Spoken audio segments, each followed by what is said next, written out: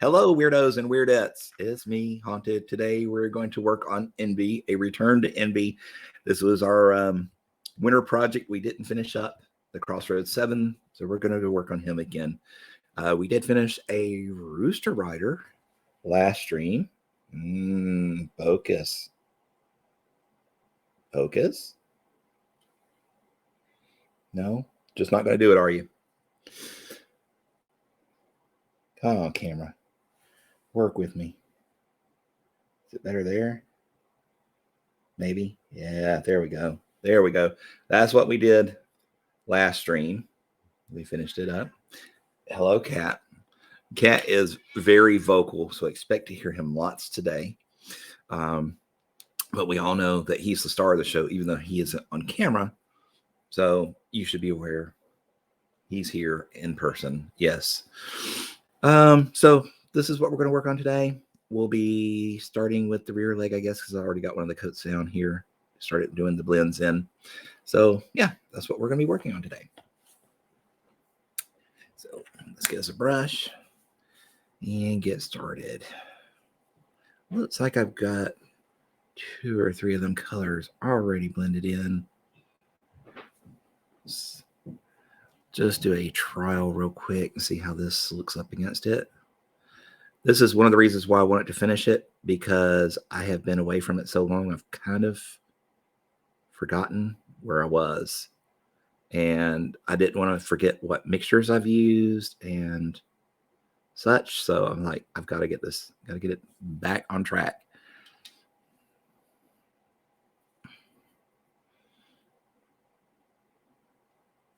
We're just using a mixture of, it's a pretty big jump there. Let's pull up a little bit of this. Just a mixture of grays. Do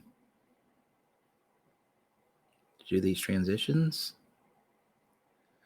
I do it more like the layer method, and but you can do it like this, or glazing. There's all sorts of ways to get blends. This is just my personal method. Is lots of little layers. There's a little bit of glazing involved, but not much.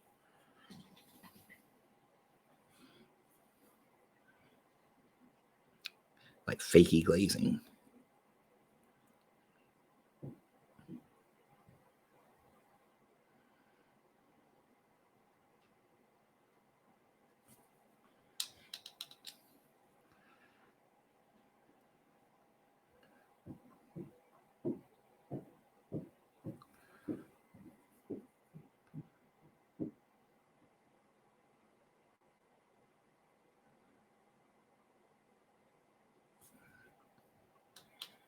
So, how is everyone doing today?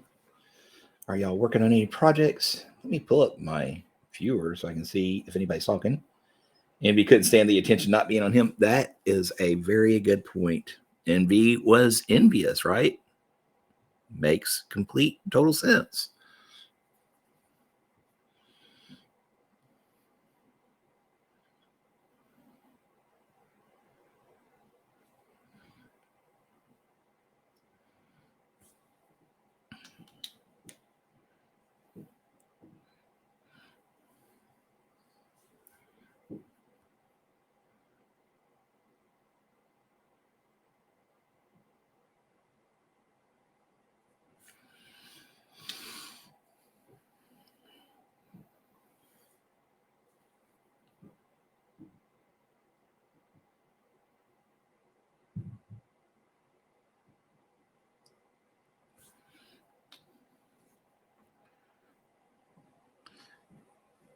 So we're just working these colors around, trying to make our blends here.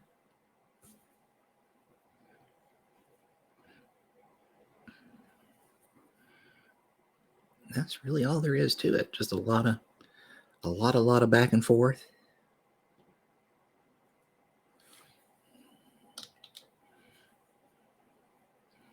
Get things kind of the way we want, and we'll start doing our edge highlights.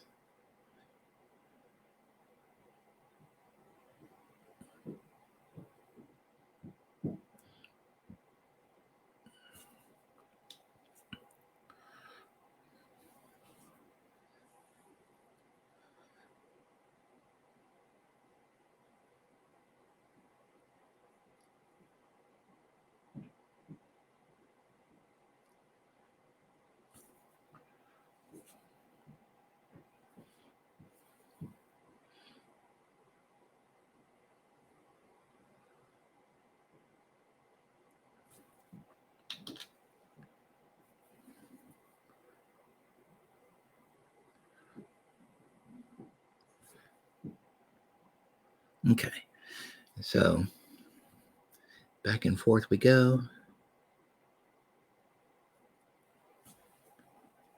And the last one will be, this will be a bit of a glaze here. This is a very, very thin dark gray. And that should pretty well blend those two together.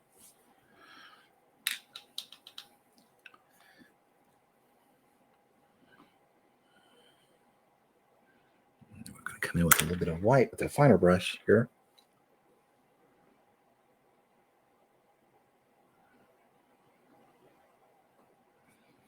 Well, not pure white. We've got a tiny little bit of gray in there. Need a little bit. Catch the seam.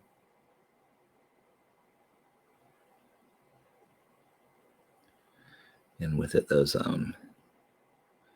rivets.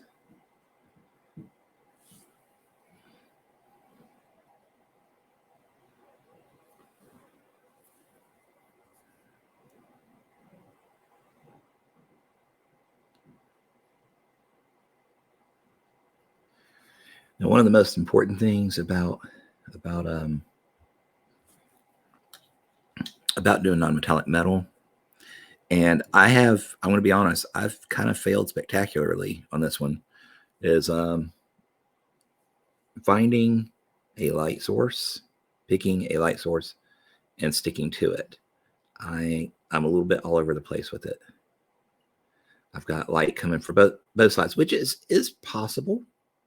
You know, you've got spotlights you can have on both sides and stuff like that. So, I mean, it's not like it's not a possible lighting situation, but it tends to look better when you have a single light source with non-metallic metal.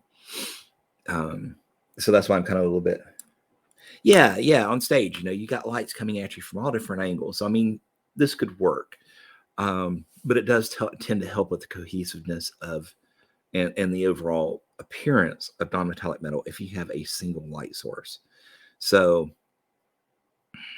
basically right now I've got light source coming from this direction and light source coming from this direction. So as far as the legs are concerned, but the way I started doing the pipes is we've got light coming from this direction, you know, up here like this. And I was thinking about having like this way again, like you probably can't see my hand, but again, like you're on stage. So it's going to look kind of funky unless you think of it as multiple light sources on a stage.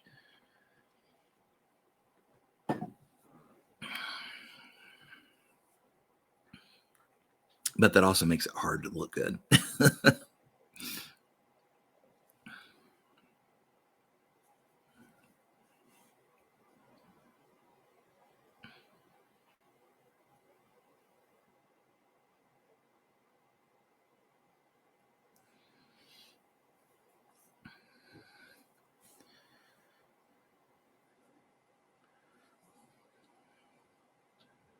Trying to get a good grip here.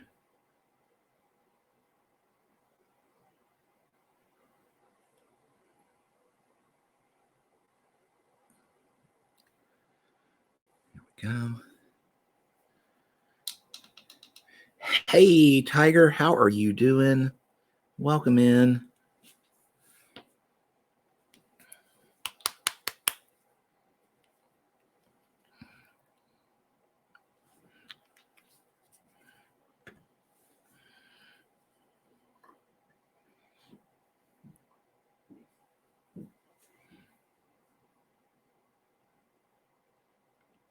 I am having a real hard time today painting, though.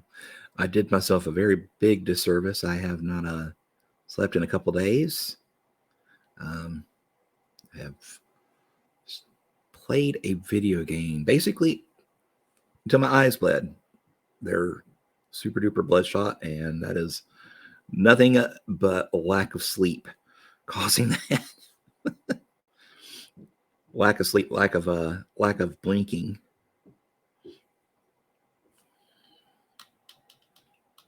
Daylight savings is bad enough. Yes, it is. I just compounded that with 24-hour video gaming for a day and a half. Well, it wasn't 24 hours. I mean, there was work, but you know, 24 hours of wakefulness for the last day and a half.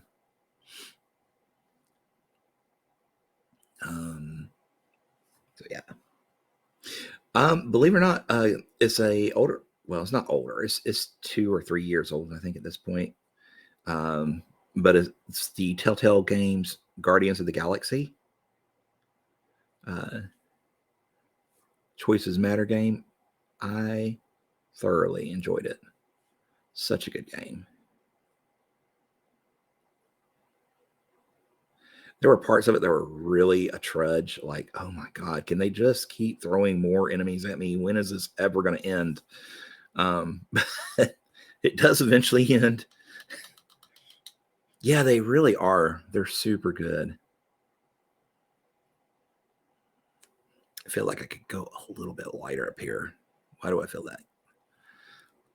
Let's pull this up. I know I've just worked it in, but I think I need to go lighter.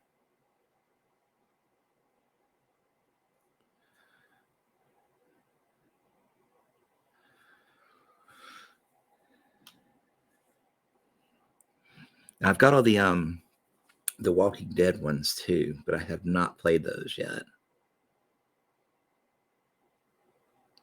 But I've heard they're also good. For those that are TWD fans, the company that bought them is actually making a second Wolf Among Us game. I've not played that one. Is that one you recommend as well?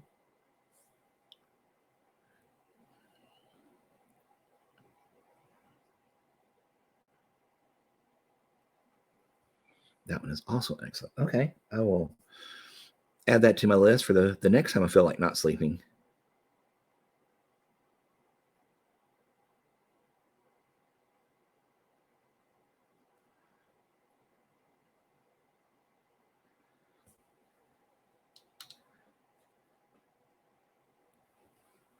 Play them in the stages.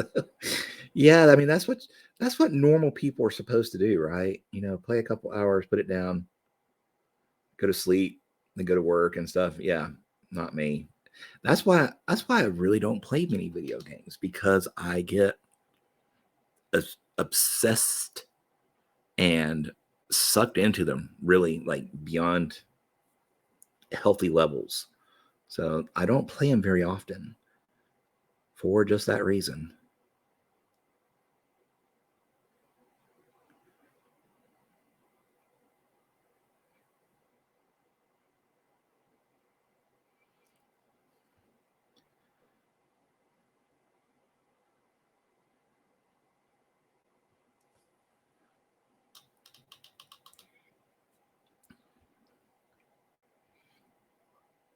Like Star Wars Galaxies, which was the big game before WoW ever came out. That one nearly ruined my life. Like, honestly, I spent so much time there. So yeah, I take games much more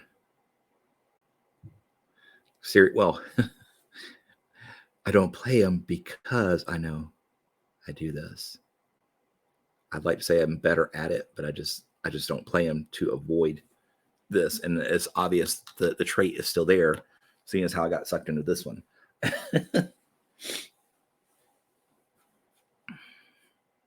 All right, so let's get this here painted up, and then we'll work on the globe next.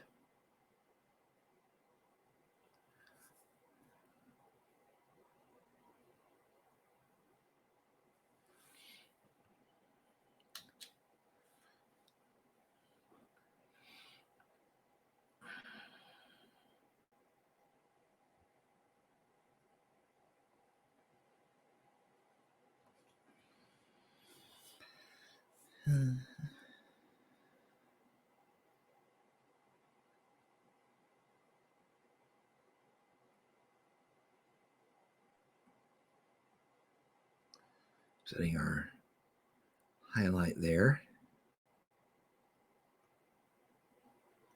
As my brush splits like it shouldn't, but it does.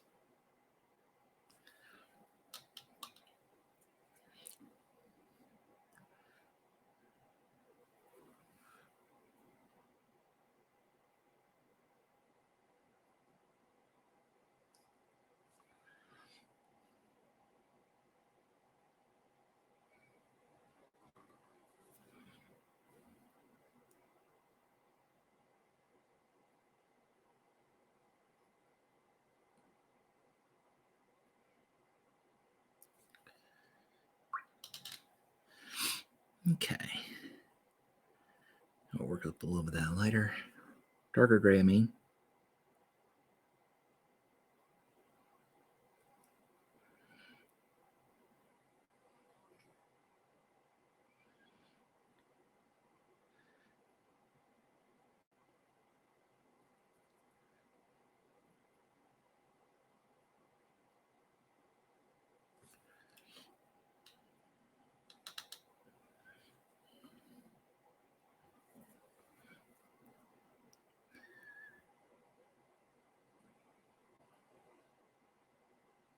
We're just reinforcing that lightness just a wee bit there.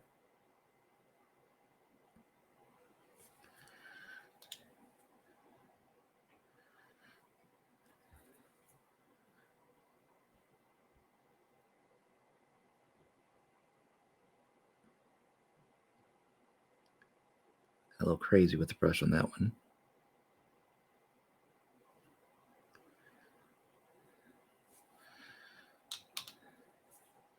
But it should blend in pretty good. If not, I can always come back in and just tidy it up a little bit. It's not that big a bobble. There. And we'll get some pure white in there.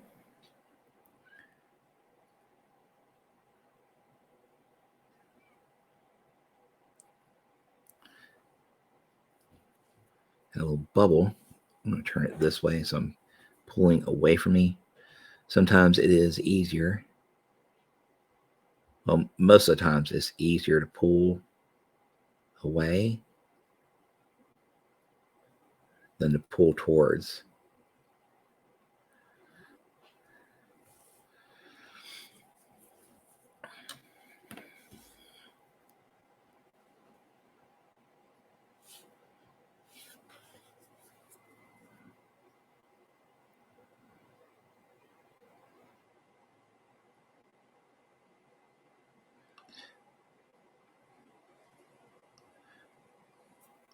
So is anybody else working on any hobby projects today?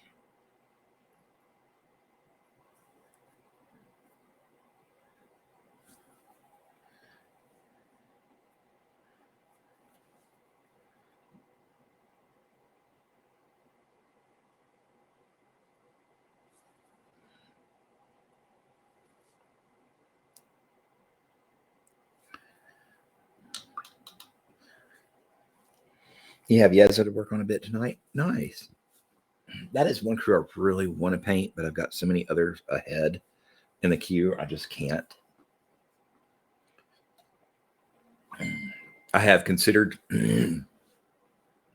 selling my damned on eBay, putting up for an auction and see what it goes for, since it's so hard to get that model and I have it.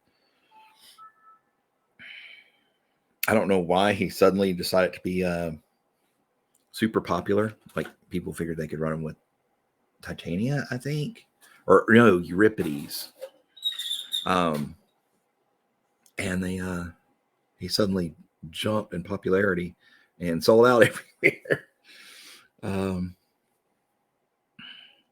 Let's see here. I think we did a Dark Reaper black mix on this piece. I'm not going to worry with it now. We're going to work on the metal for this piece, and well, actually for the dome, and then we'll come back to this piece later. I mean, it is a very cool looking model, no doubt.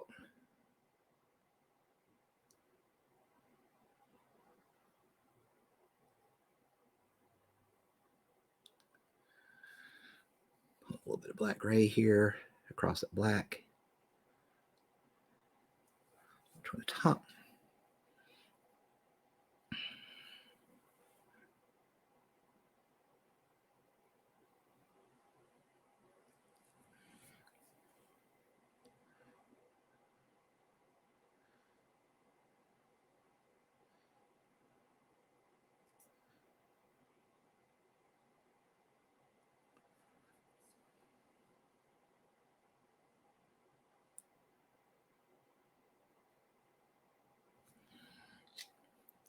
Go back a step here. Black gray, and blend it into that a little bit better.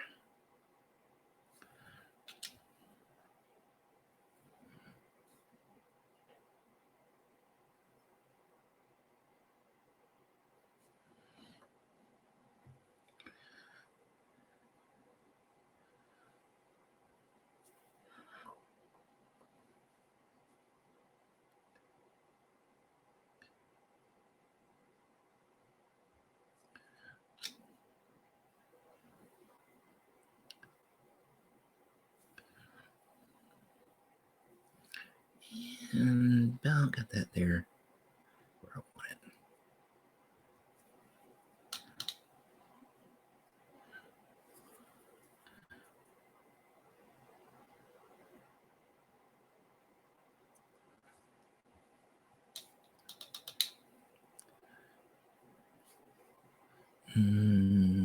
Let's see here.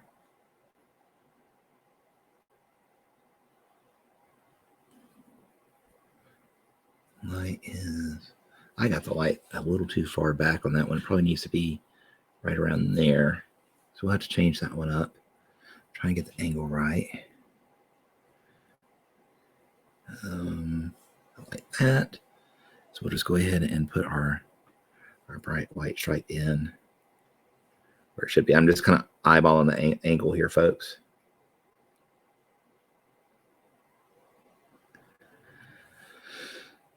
There we go.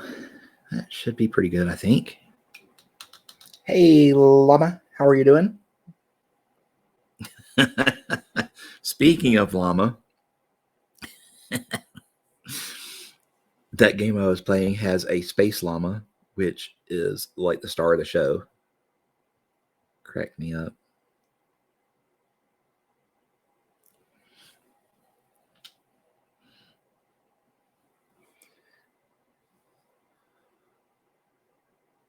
It's like I gotta show Jess this.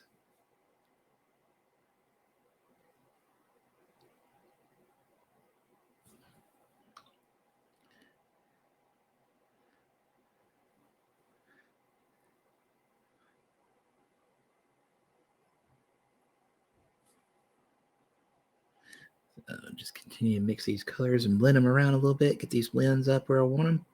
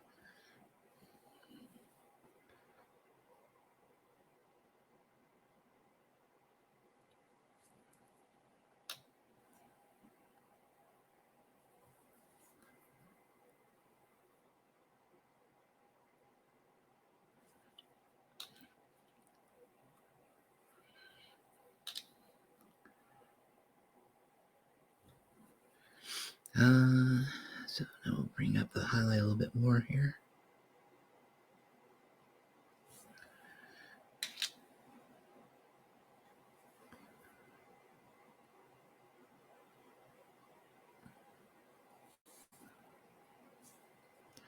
Let that dry, and we'll see where we need to go with it.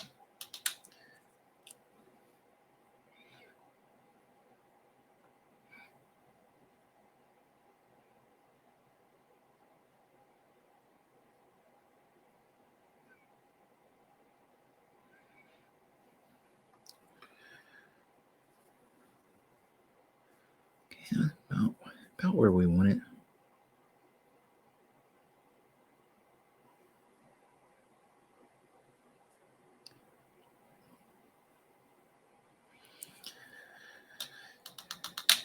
Okay. So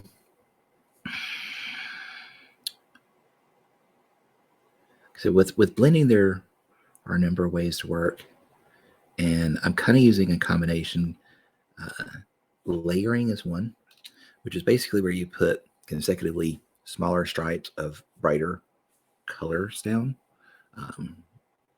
They've had a white or something added to them to change their hue value. There's wet blending, which is where you've got two colors, you're putting them down on top of each other while they're still wet and kind of smushing them together. And then you've got the glazing technique, which is where you just use thin layers of a color, building it up gently. And I'm kind of using all three of those depending on where I'm at on this project, what area I'm working, or how I need it to change.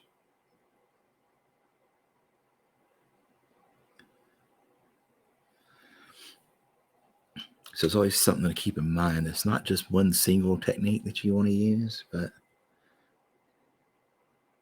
or that you can use, but you can use multiple techniques, sometimes in the same piece.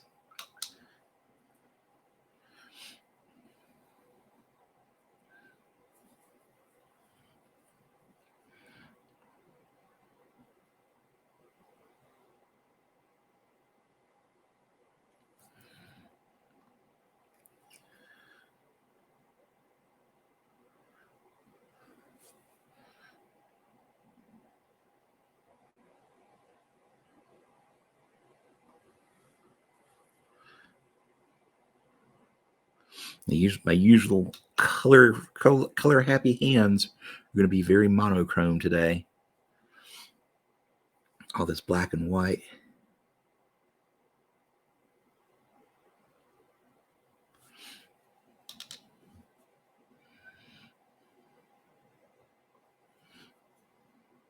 Wait till that dries just a little bit.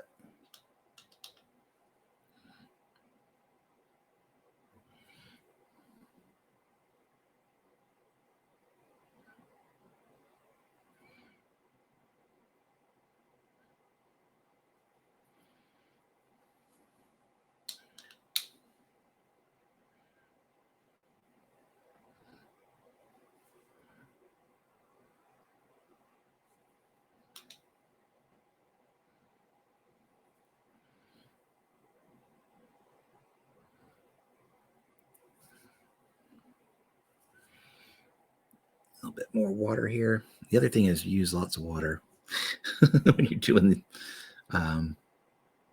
obviously when you're doing wet blending or when you're doing glazing. And this is a helpful hint too. When using lots of water, make sure you're using distilled water, filtered at very least, but distilled's better, because I notice especially on black, when you're doing blends with black and lots of dark grays and stuff like that, that you'll show these little tide marks. Even though you're not dropping down that much water, it's not tide mark itself, but like the minerals and the water as it dehydrates, it'll leave these little lines, these little rings. And it's not an effect you want. So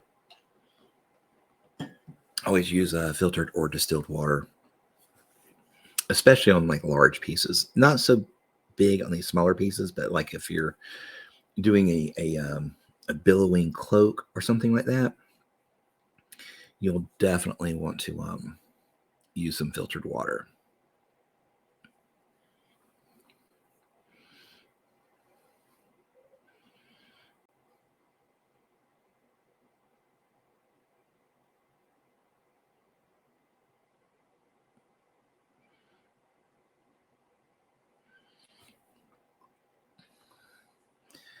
Okay, we're just going to separate this a little bit here.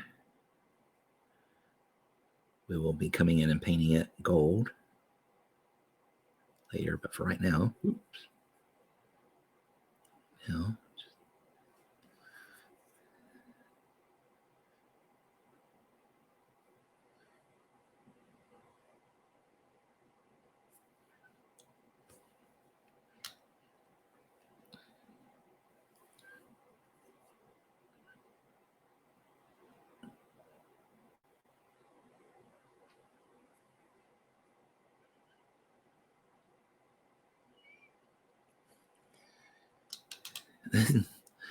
All right.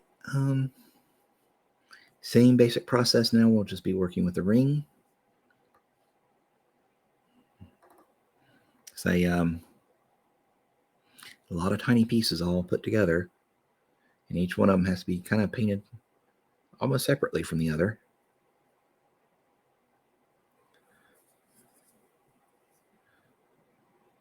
Definitely a time-consuming piece. The other Crossroads 7 models I went through pretty quick, because they were one, smaller figures. Two, they were not, they weren't huge gobs of non-metallic metal on them. Like the most metal I did was like the frets on the guitar, or the little tuning knobs on the guitars. So they were not difficult at all. This guy is a monster, though. I mean, he's just all metal. So definitely taking a while, because I think we've spent 3 streams on him the first time, and here we are on stream 4 with this guy.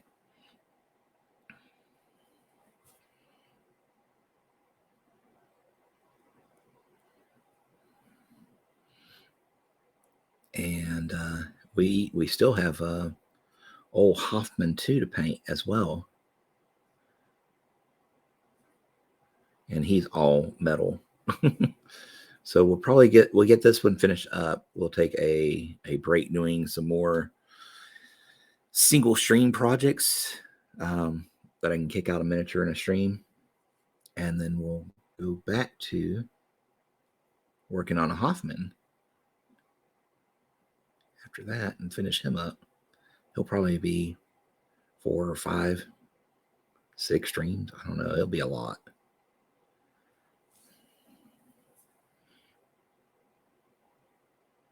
Probably more than you guys want to see. So we may just do some like highlight reels. Like I'll paint on him a stream and then or 2, and then do the rest off stream. And then we'll come back and show the progress or something like that. But I don't know if everybody would want to see the entire paint job, how many streams that would take. I just have no idea. Probably a ton.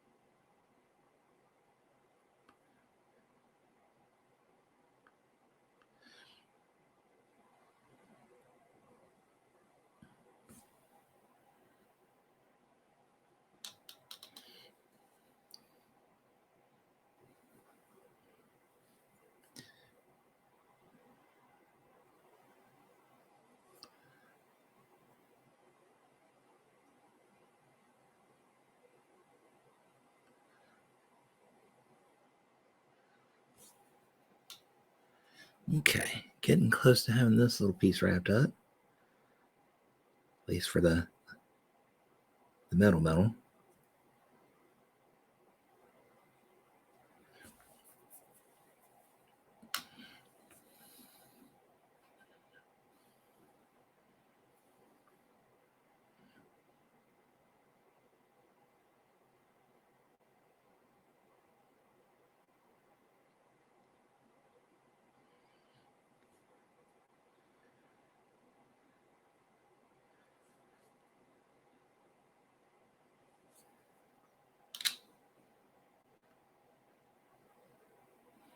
Okay, gonna bloom that in just a smidge because that was an awful bright jump.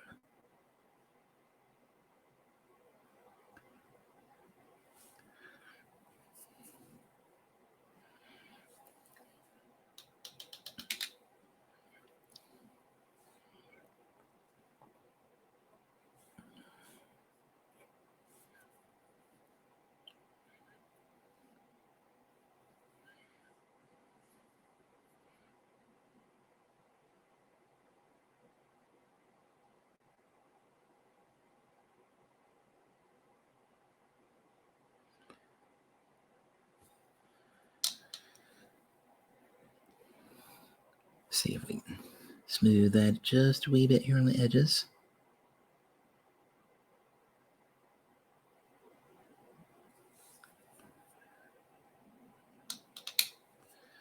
Okay, now we'll come in with a little bit of almost white, not quite white, but almost white. Catch the edges here. Also catch the top of our rivets.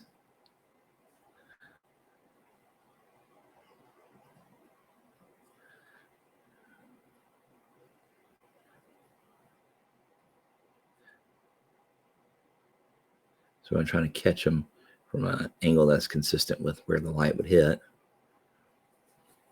And we'll switch to a little bit darker gray to swing on the rest of the way around.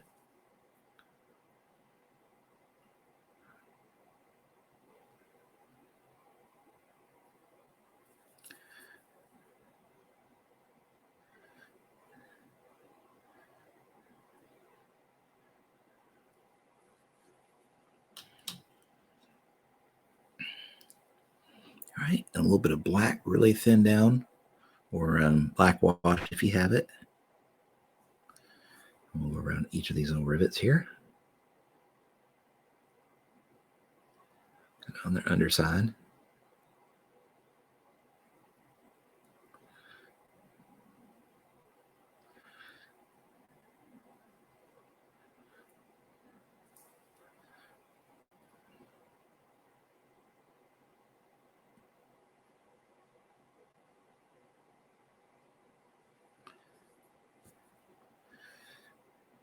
We did reinforce these, didn't we? Yeah.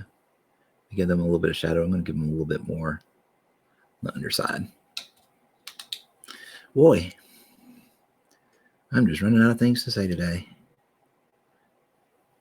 All right, we're going to switch to our Rhinox hide to do some gold on that little ring.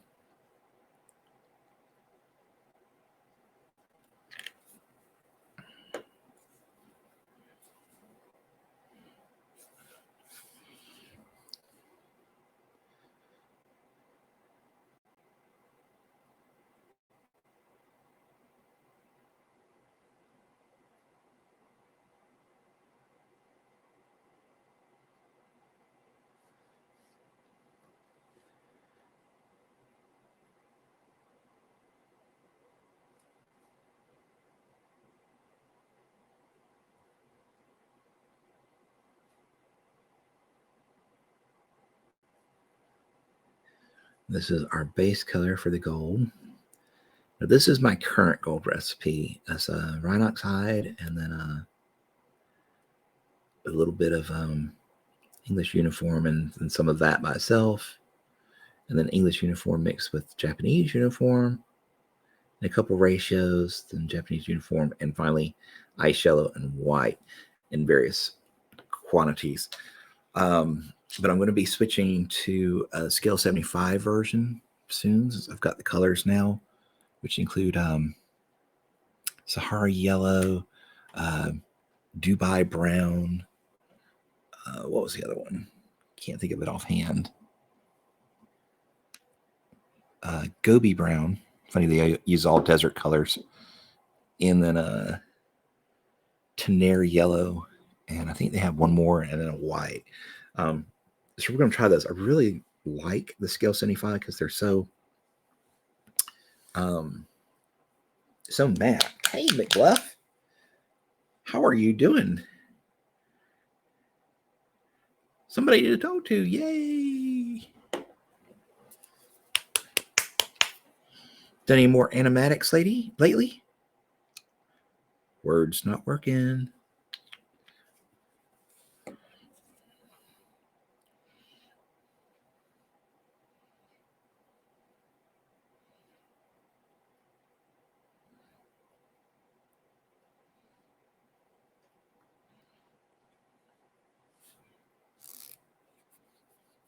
No worries, Lama.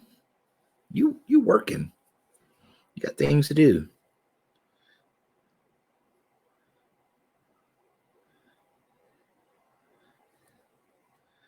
It's good to hear from you, though. I didn't hear from you over the weekend, I don't think. Or if I did, it was very light talking.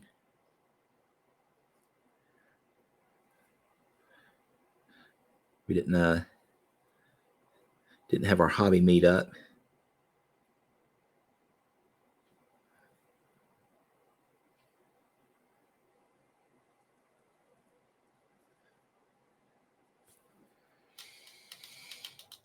Stupid work calls. Sorry about that, Tiger.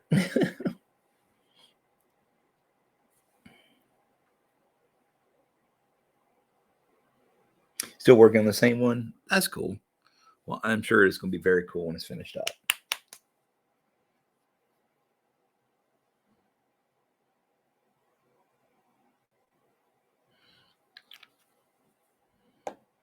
Okay. We'll do some English uniform by itself.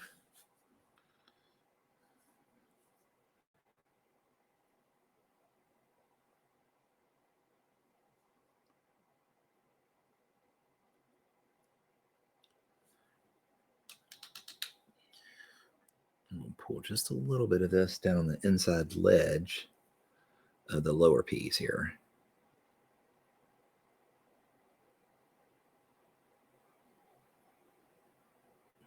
Like that.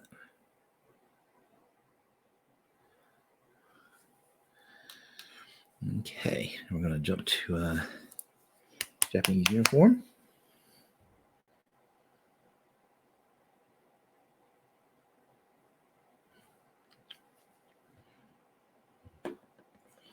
We may pull it a little bit further around. Let's see about doing that. It's just a little dark, not reading as gold, more like dirty bronze or something. So put down a bit more.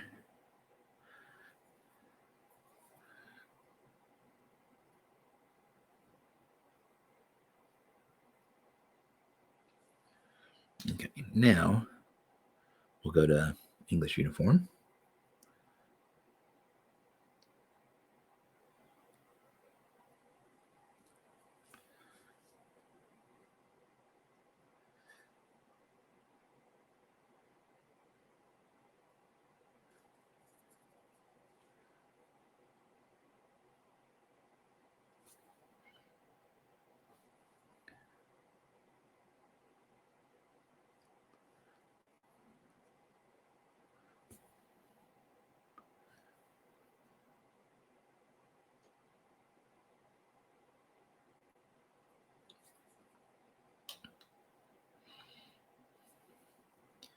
Okay, just a little reinforcement here in the center.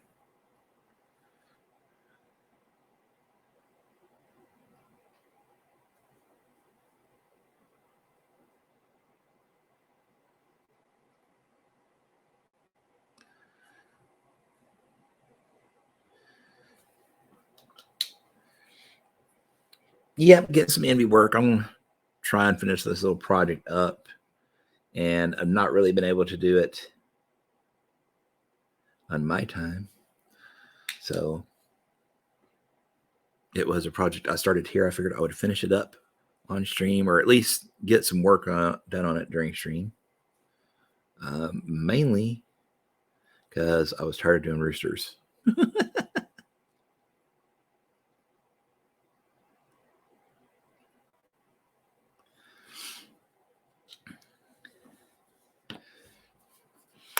I did finish up the second rooster. I've only got one more to do, and my entire Trixie keyword is finished. I did the final survivor the night before last, so he's complete now. So only have the one chicken left. Ooh, got some pixelation going on.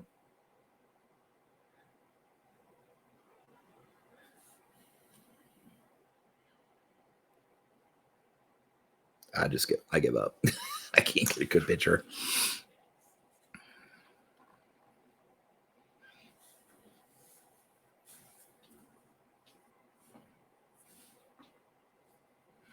Then we're going to pull in a little bit of ice yellow.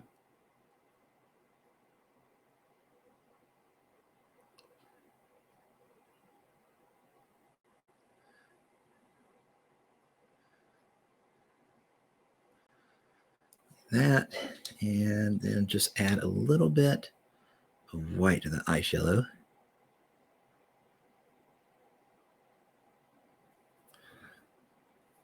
And get us a little focal point right there.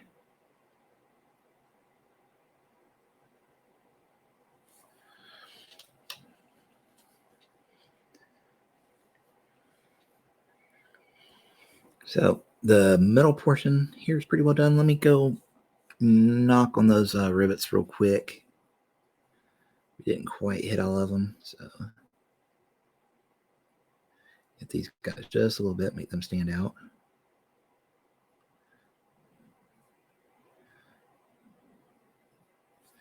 We'll need to switch to a lighter color.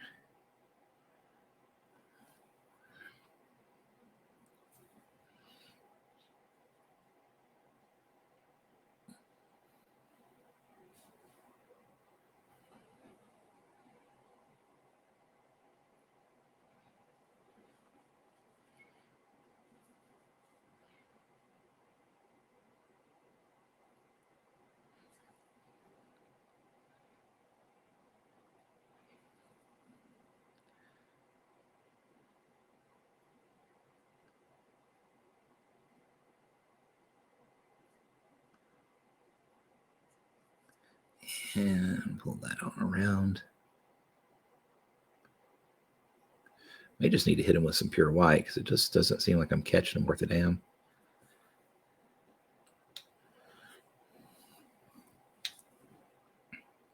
I can't tell what that emote is. Is that a fiery H? What is that?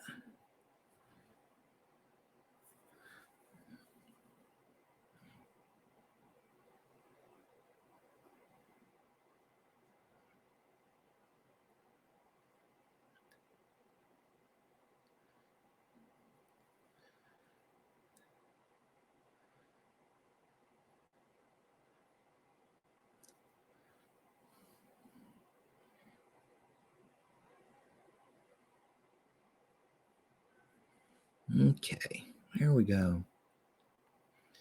Tidied up there. Pull another little line here. Pure white.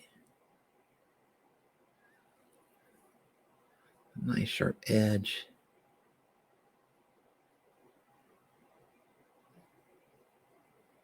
There as well. Okay.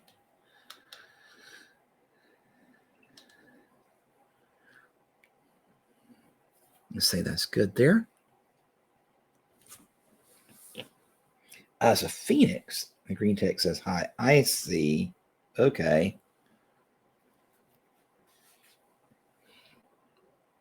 All right. So I'm going to pull this one off here.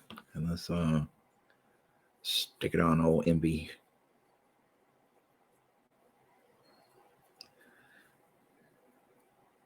So now we got that one there. Ugh. Just scream. Can't get that camera to do the things we want it to do. We'll be doing the same workup here on these pieces, or at least the pipes. The back end, these pieces we may just do this workup, the black with the blue tint, because these might be cast iron, like furnaces.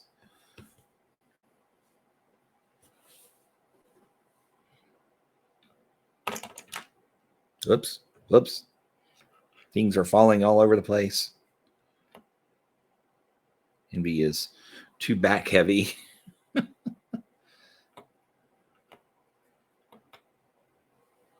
Don't want to tip them over. Okay, so now we'll work on the front leg portion.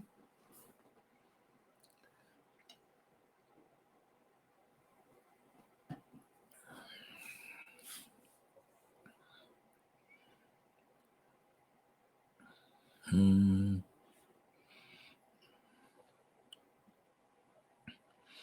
think we'll come in with some black gray here.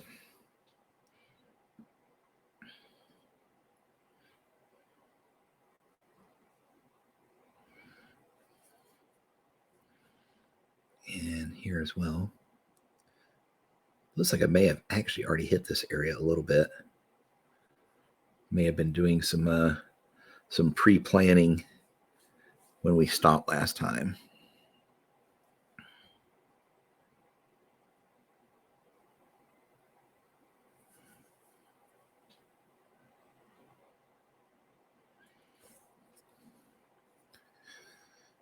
Okay. No, just dark gray.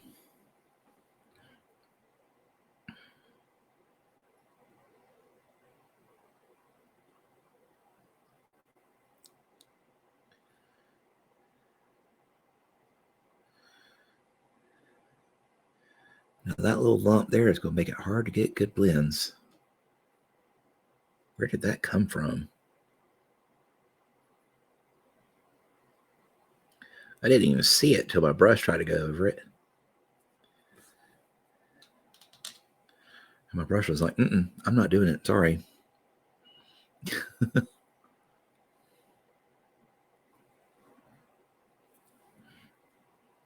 Just make sure we're a little thinner here.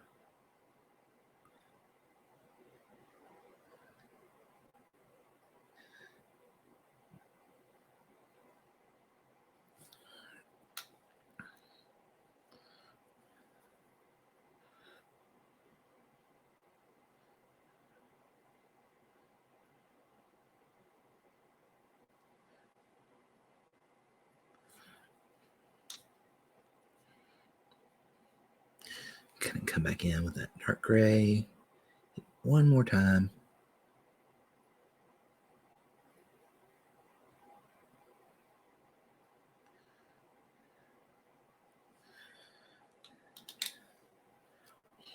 Okay. And a mix between dark gray and blended gray.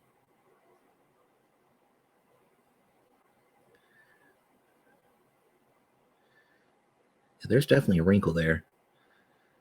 I don't know if it was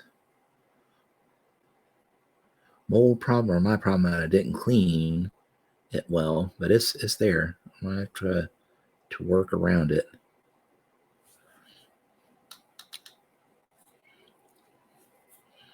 See.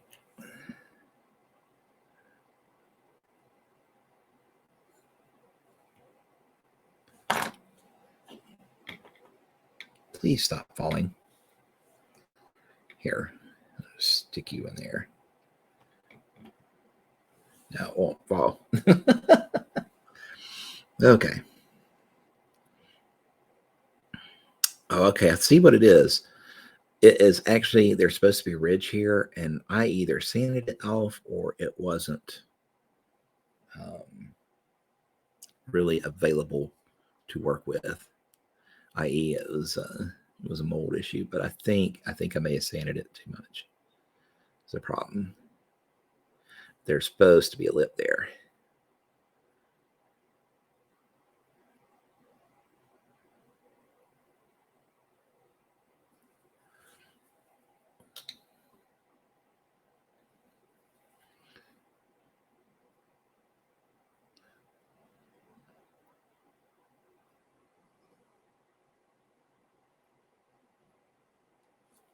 So we'll have to fake it. We're going to pull a line up to it, basically, and draw on a recessed shadow, and then a little highlight on top of it, and it will fake the eye, trick the eye into seeing something that's not there.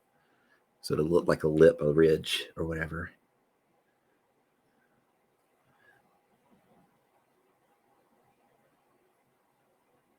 That's the idea, anyways. We'll see how it works in effect.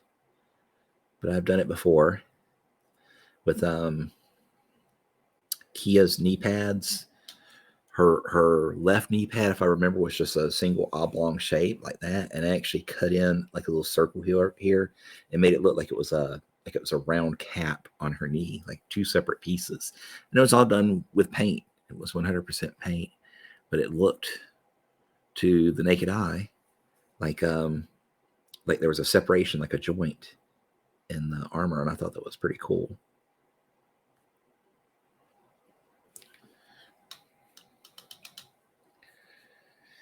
It is. It's sticky tack, blue tack. This particular stuff is sold at Lowe's. It's from DAP, which is a like a paint and spackle company. They're pretty good.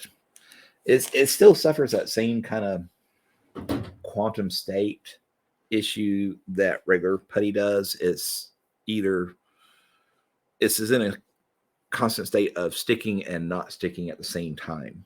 Like when you want it to stick, it doesn't. When you don't want it to stick, it sticks like crazy. It's Schrodinger's putty.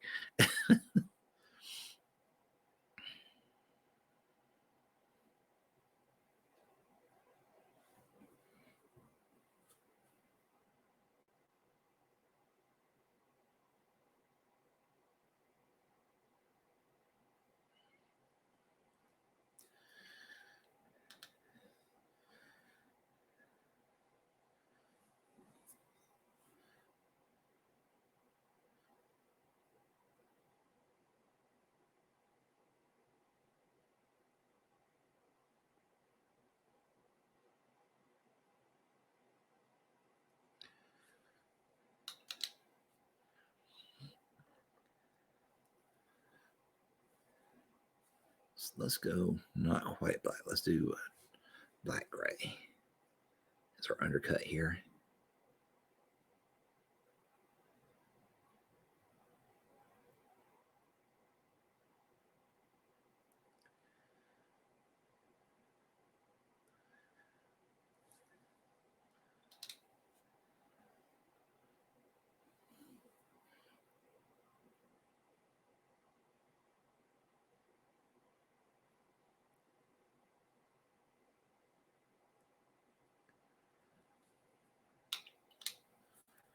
Okay.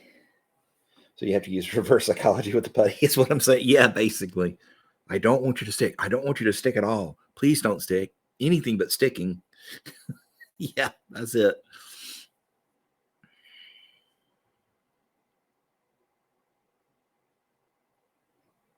Please don't throw me in the briar patch. Anything but the briar patch.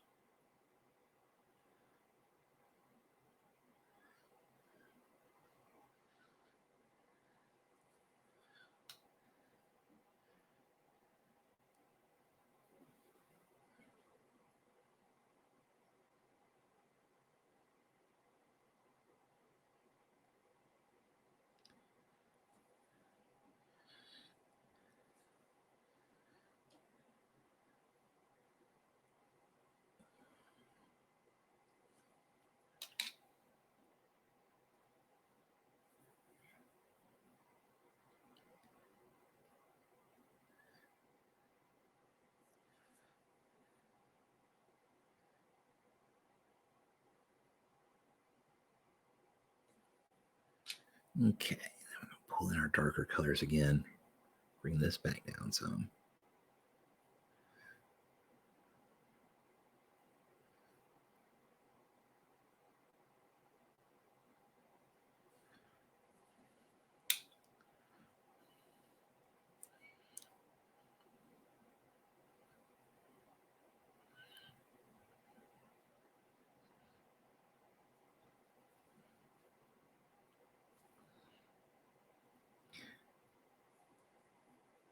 I'm going to show you in a second when this is dry.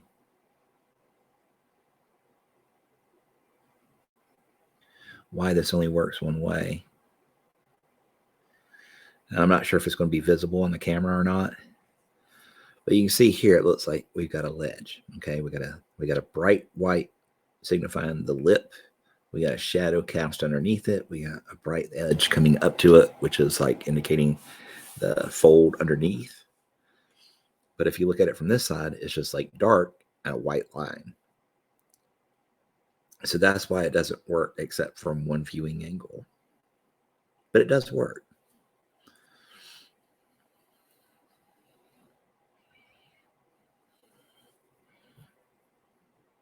You can use it to repair a boo-boo. Ah, Captain Sneezy Pants. El Snotto is making his presence known. That, my friends, is my cat with the perpetual sinus problems. I'm sure it's my fault. All the airbrushing I do down here affects his little kitty lungs, probably. If I could find a respirator for him, I would, and then get him to wear it, I would.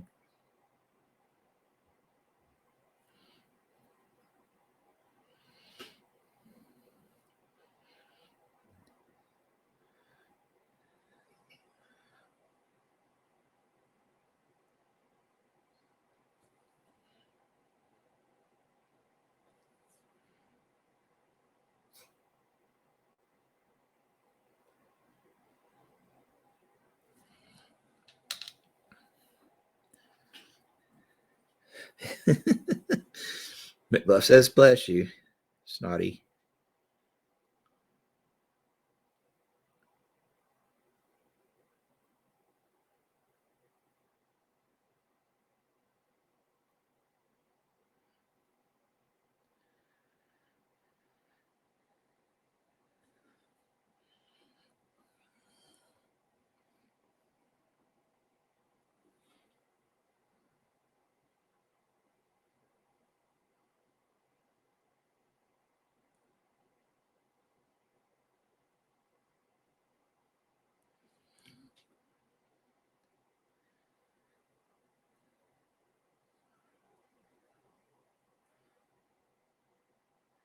I wonder, maybe next time uh, we might work on something a little larger so I can pull the camera back. Maybe that'll work with the focus if I pull the camera back further.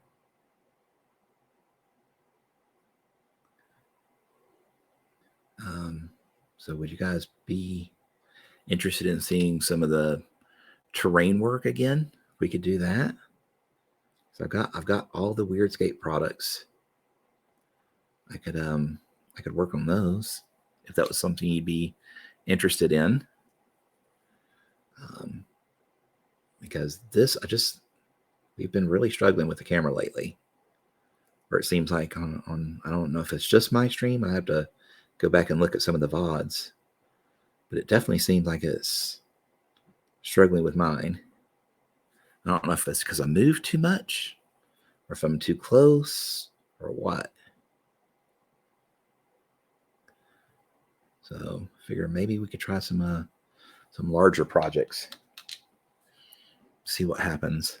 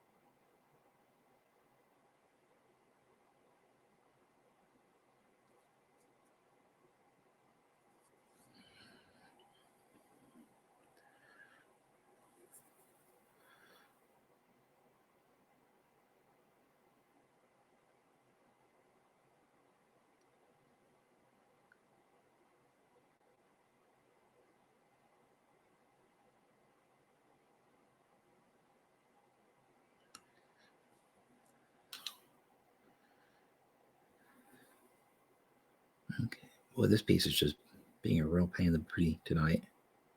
Like, nope, I don't want to blend. No matter how hard you try, I'm not going to blend.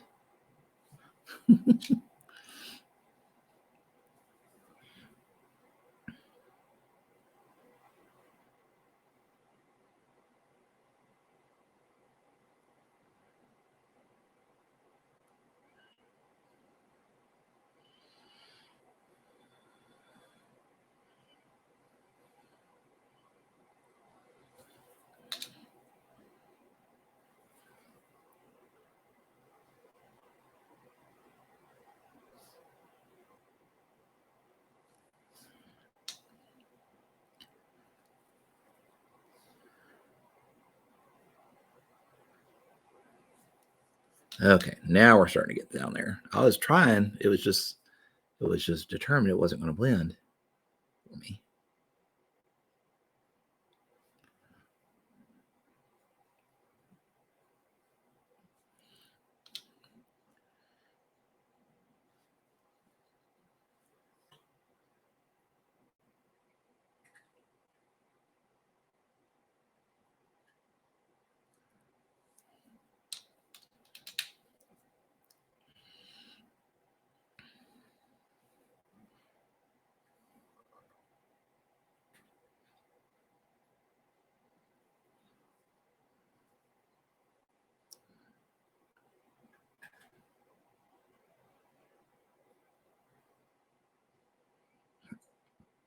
Pardon me. Lunch is talking.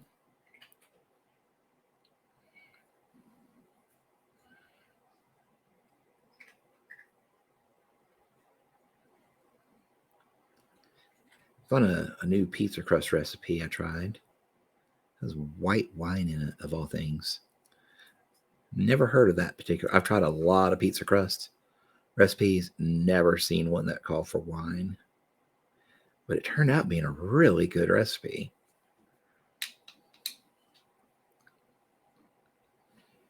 Real good.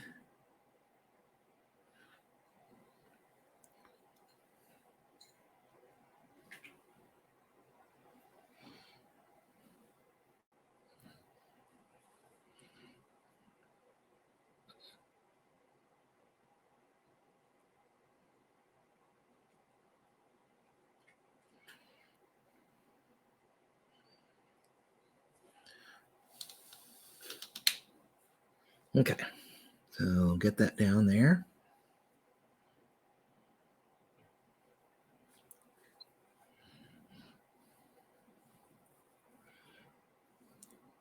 Bring this edge up just a wee bit. We're not going to get a lot.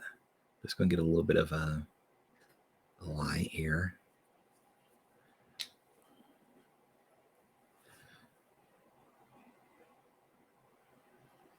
Just blend that right back down with black gray.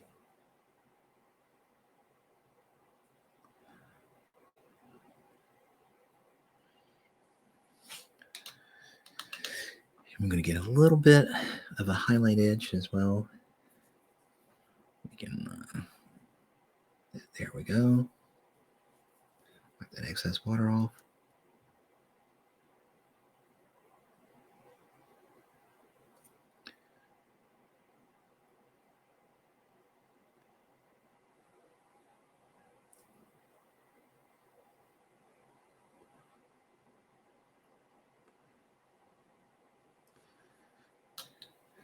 Almost get up to white on this one, but not quite. We're going to stop still in the gray area, but a very light gray.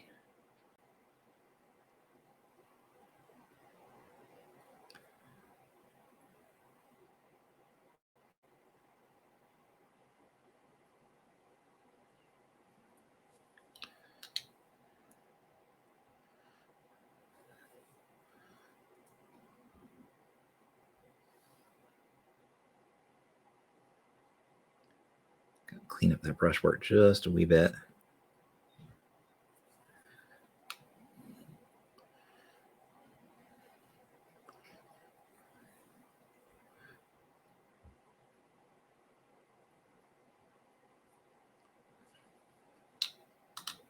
Okay.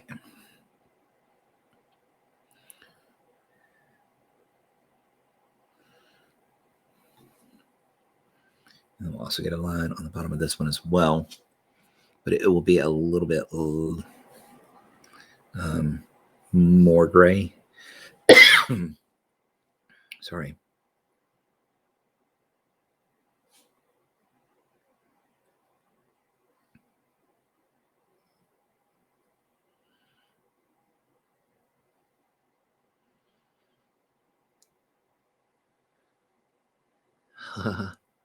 Oops, go on the other side. We did not maintain brush control.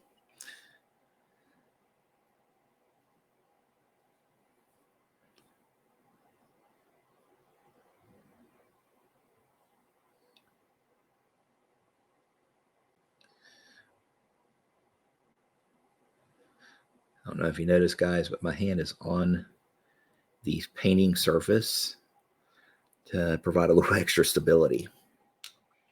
When you have an issue like that where you can't quite get a decent line because there's a little tremble or whatever, just put your hand down on the mat play, the painting surface, the play mat, whatever you're using,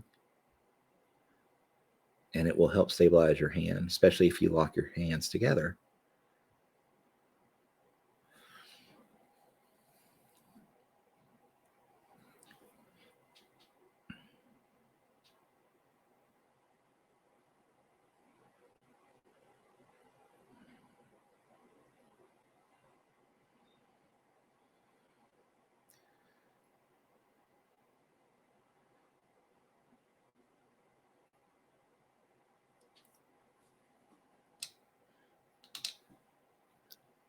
Okay.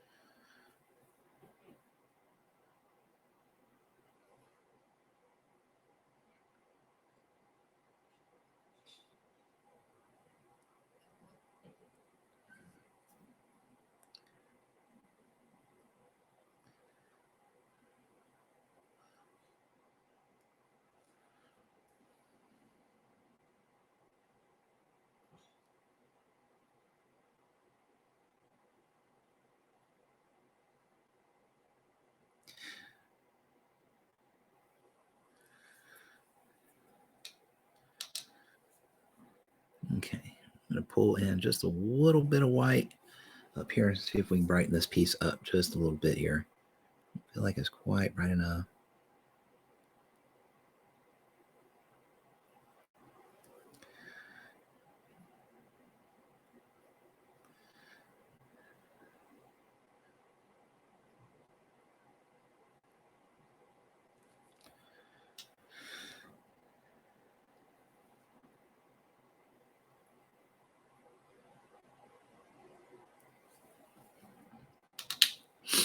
Okay, now let's get our rivets here.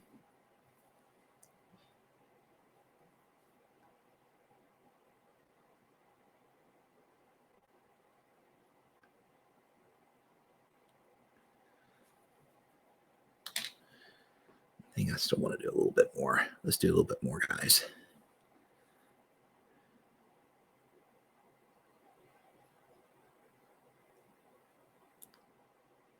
Just not cutting it for me.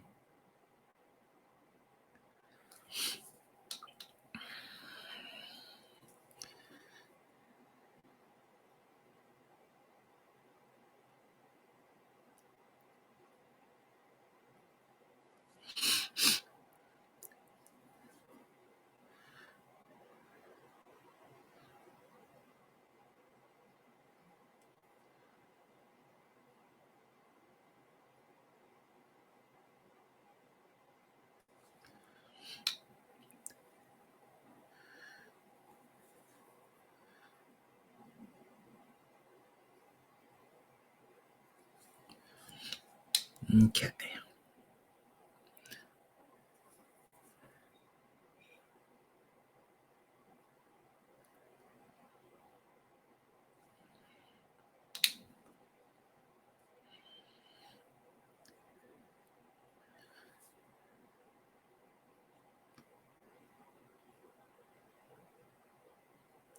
This is getting more in line with what I wanted. I got to jump the gun. I went too soon.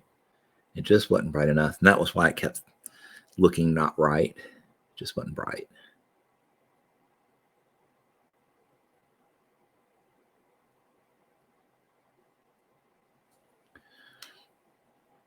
So it's going to be bright enough now, by golly.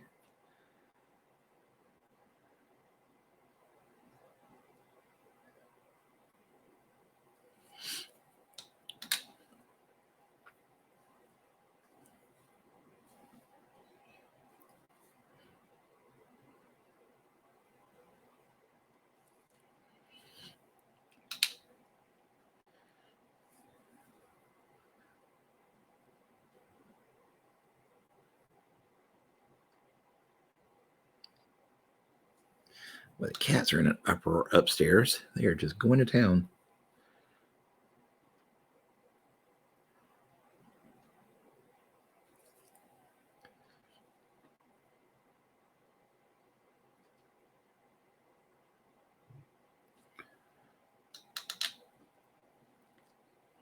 Now we're about where I want to. Now I'm going to pull a little bit of white here, top these rivets. There we go. That section's done. That one was probably the most difficult section I've had since I've been back on this project. 1 second here.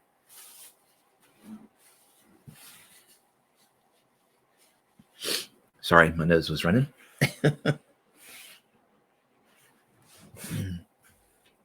That piece just did not want to cooperate. And sometimes you'll get that. You have to just keep working at it, establish dominance, show it who's boss, and then you'll be fine.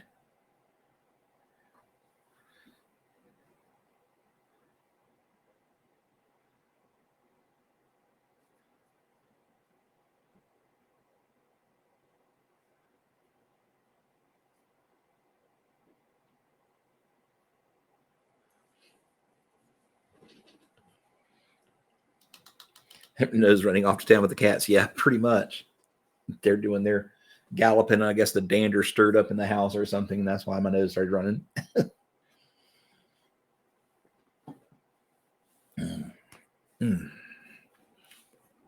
Okie doke. So now we'll start up here on the bulb, or we can do the joint. Either one. The joint's not going to be really much. Let's go ahead and do it. It's not going to be a whole lot more work than it's already there, because we kind of inadvertently painted it while we were doing the other piece. For the most part, do some tidying up of edges and stuff like that. But it caught most of the paint where it needed it, like on top of the joint there. Do a little bit right there.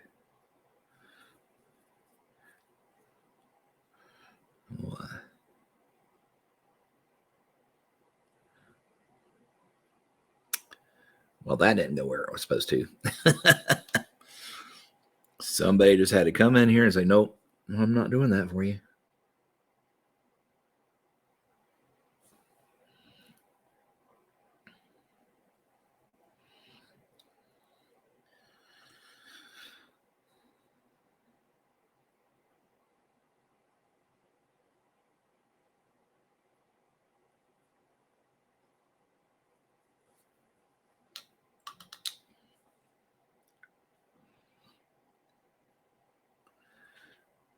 My black is almost dried out. I think it's the problem. That's why I'm struggling to get that together there. There we go. All right. For a wet palette, this is not a very wet palette. It has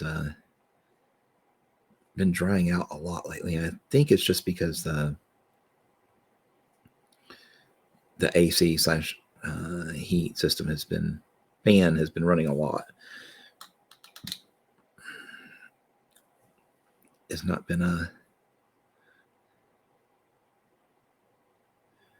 temperatures have been wildly swinging back and forth around here. So it's been spending a lot of time either on fan mode or in heat mode.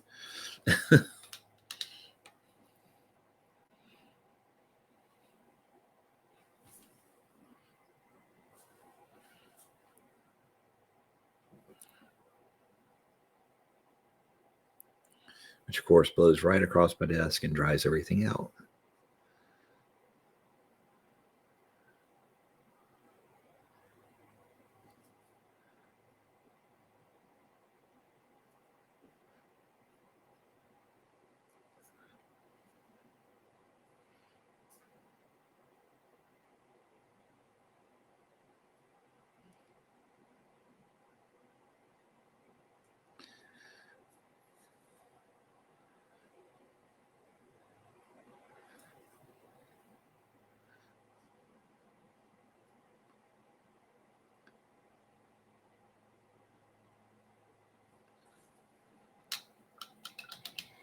Okay, I'm going to drop just a little bit the shadow down in here if I can.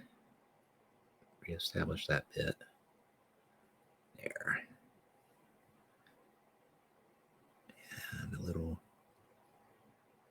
right there. Yeah. Okay. So joint's done.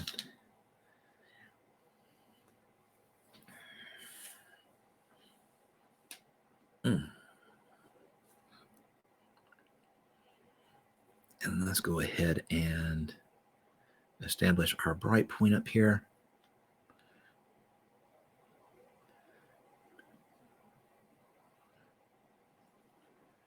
I think will be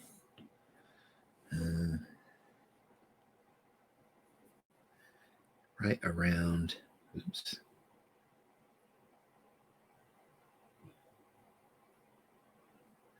There. For our bright point, we can get our sticky tack to stay put, but just no, I don't want to do that.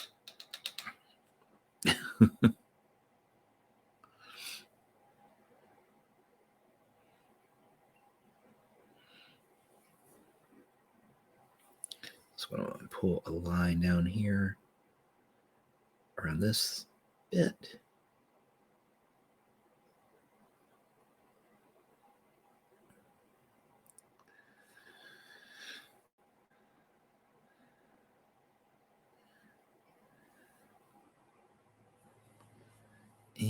comes right up here around this.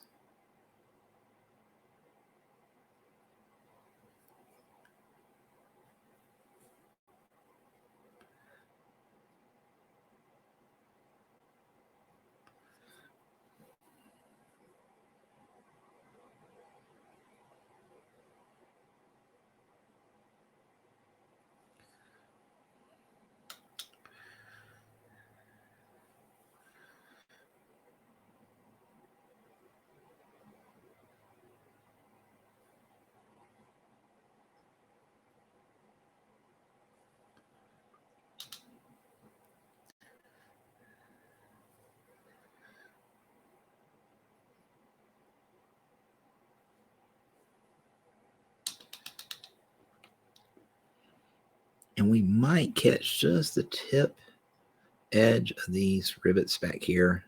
They might be seen from another angle, but probably not. But we'll just catch a little tip top on them. Same with that joint there.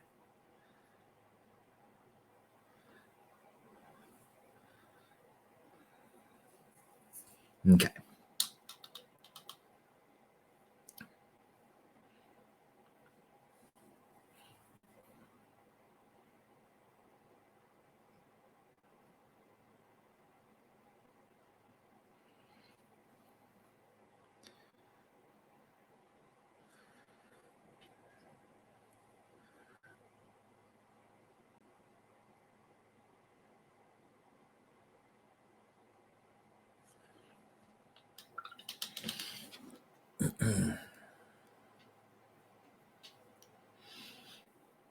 So I know we haven't been talking that much today. This required a lot of concentration.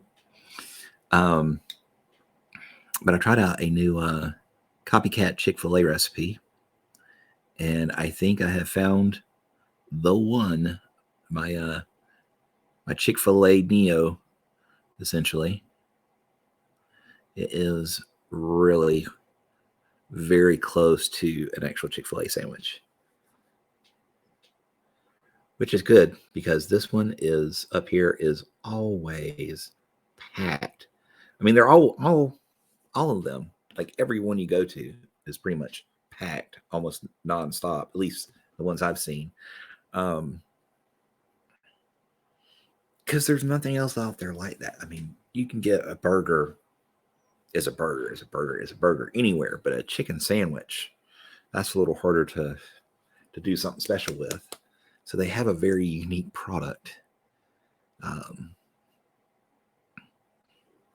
Something about the way that crust, that crunch, that batter is just. Anyways, so I found a good clone for it finally, and it's very, very close, which makes me happy. No more waiting in the line when I want Chick-fil-A.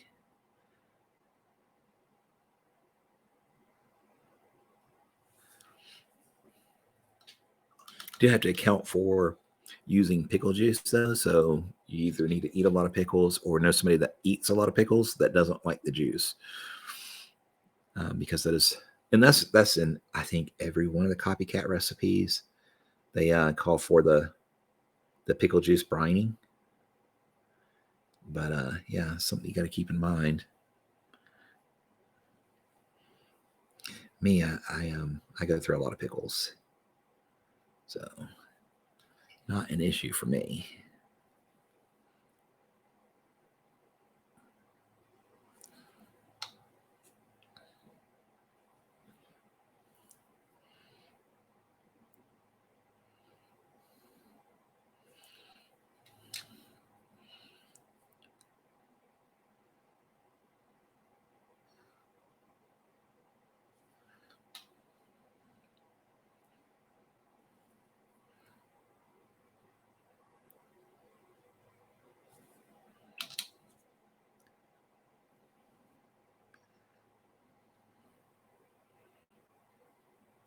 So what we've been doing there basically is what's called wet blending, keeping those things, those two paints wet and smearing them together while they are.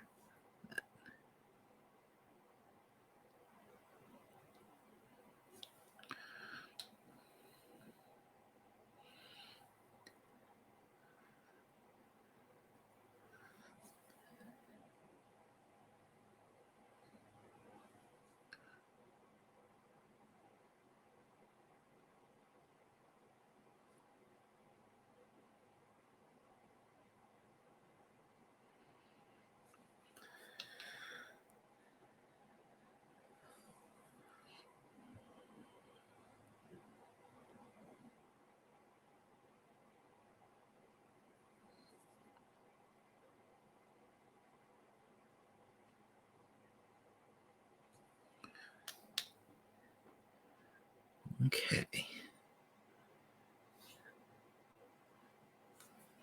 Oh, sounds like Sneezy Pants may be making a return.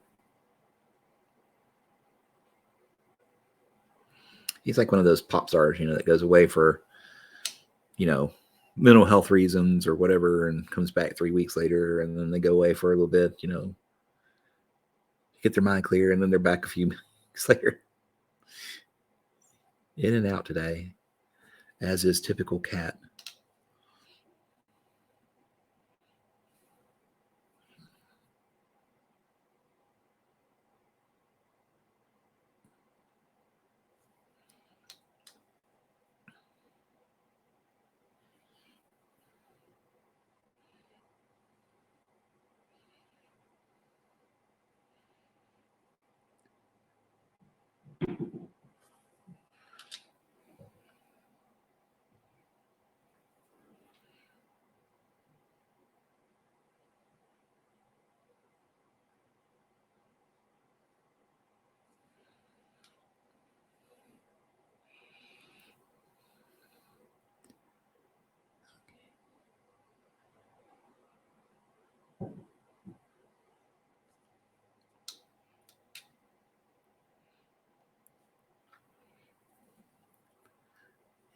And that should get that half. Blend it in.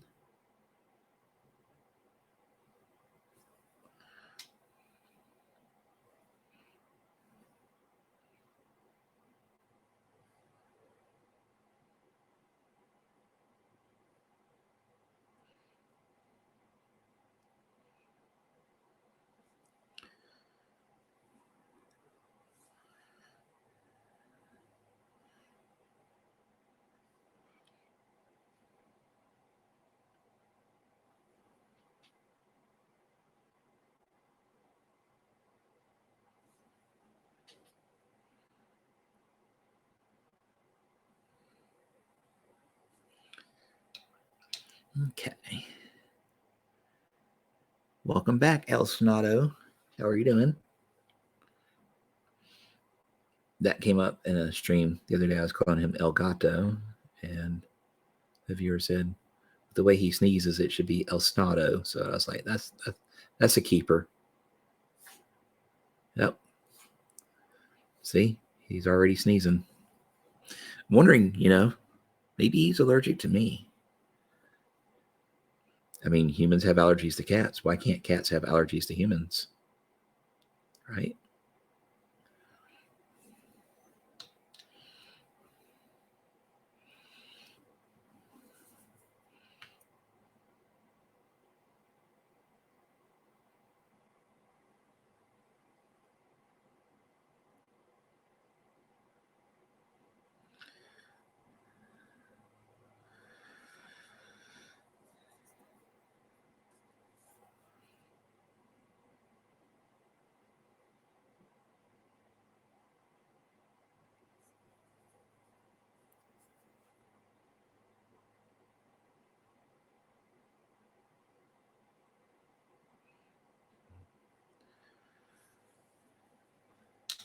Let that dry for a little bit. Let's work on the other side some.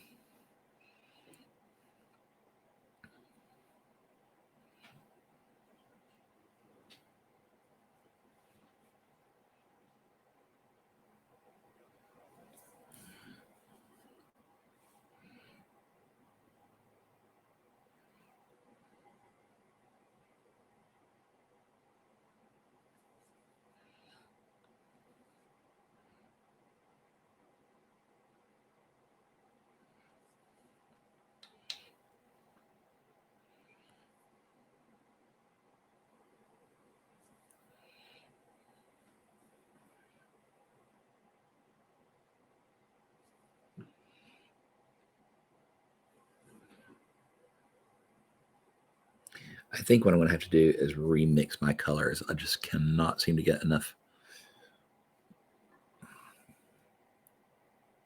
out of my palette right now. It is just dry as a bone. You'd think I lived in Arizona the way it's acting today.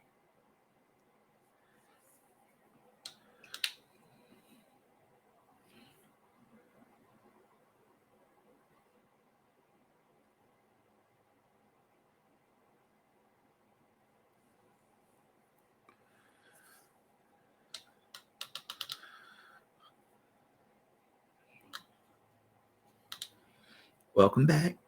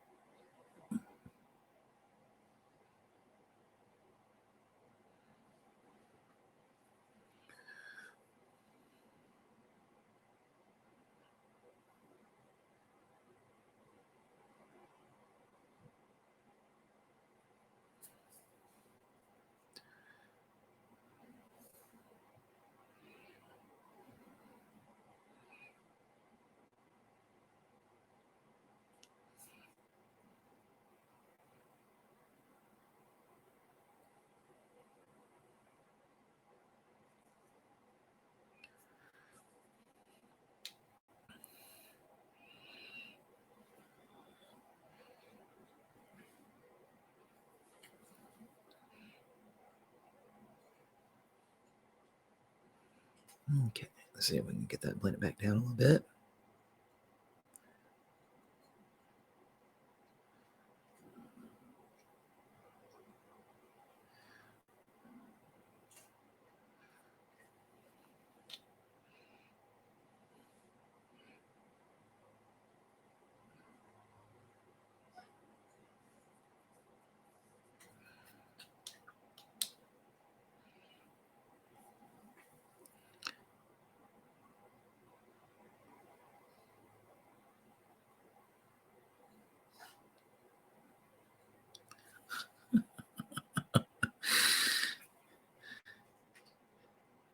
The way he eats, he has to snuffle and huffle every bite. Is hilarious.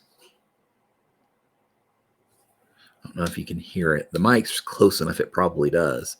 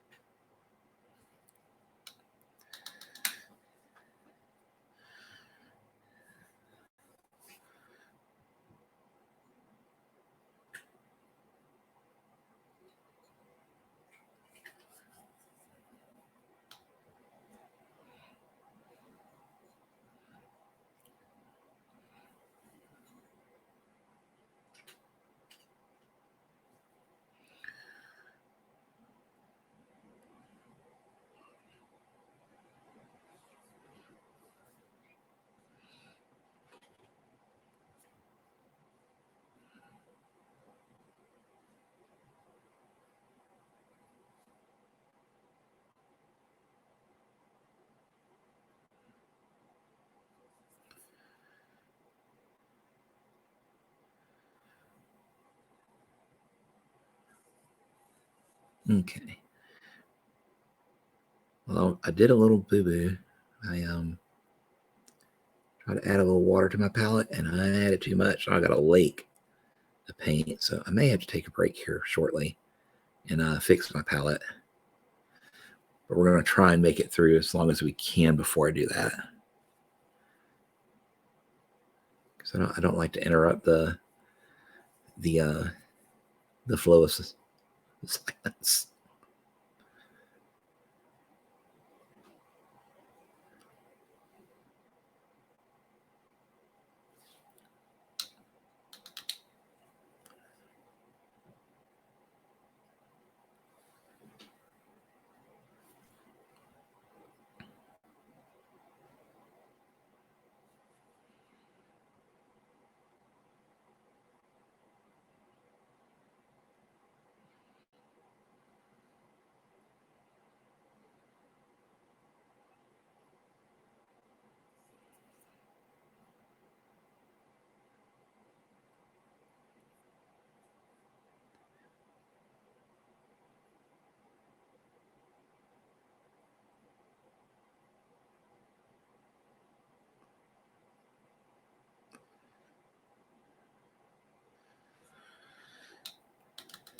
Okay.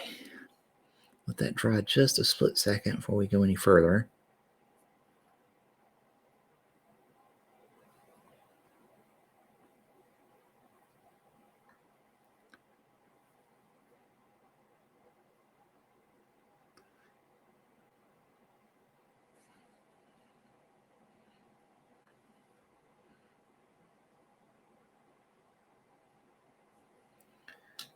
Okay, on the front side, I think it'll be okay. Now we just need to work on the back side of it a little bit.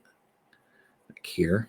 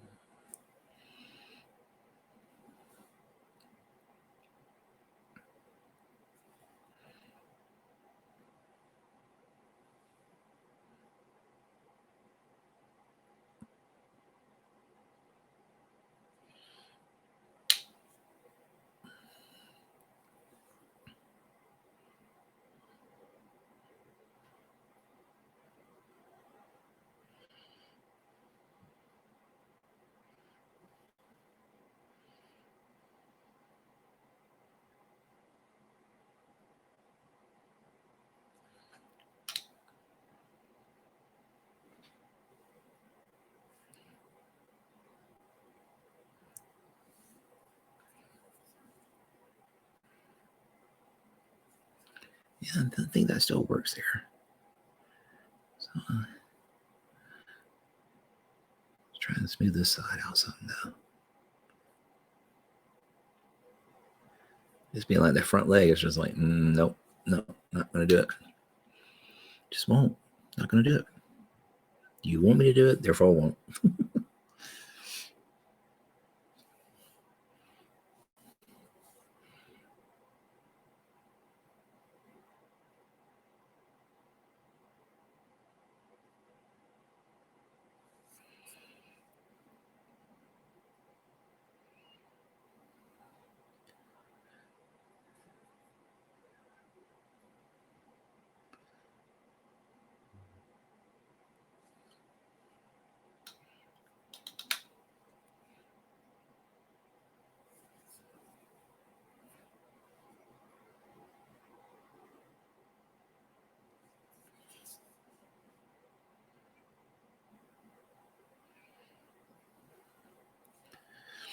So you see, even people that do this a lot still have problems sometimes.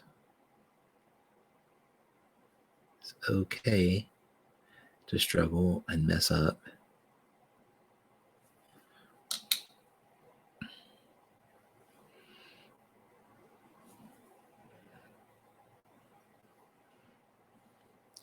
You will eventually get it.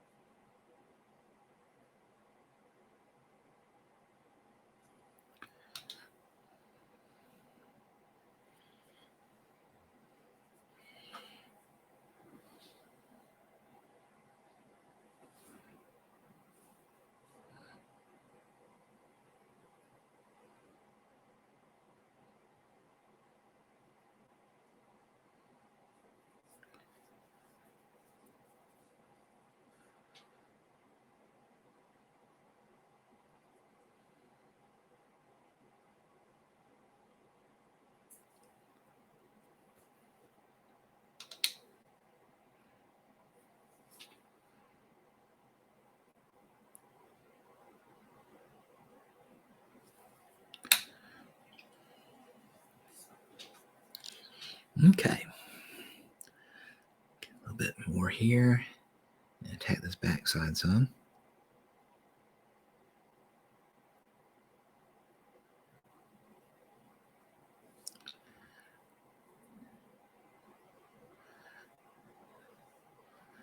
There we go.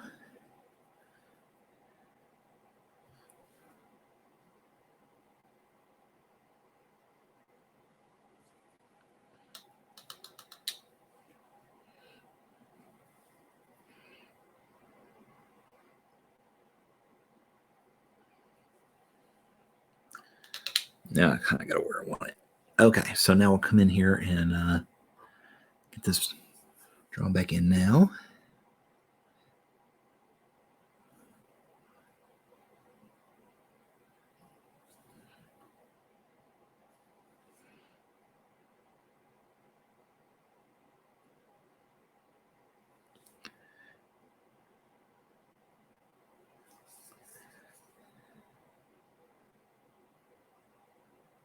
Or a pretty stark line back here on the back, but that should be easy enough to fix.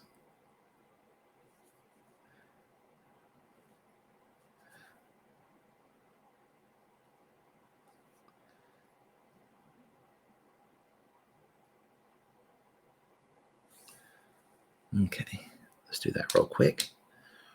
What do you think? A little bit of dark gray.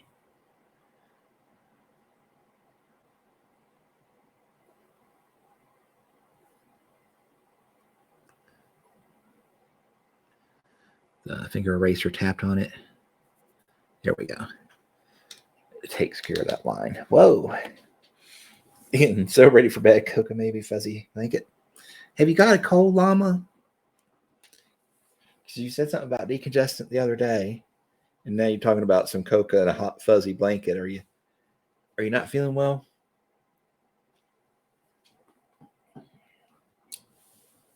Do I need to send some Perlo down there? Mow. Oh, allergies. Oh. Not so easily fix those.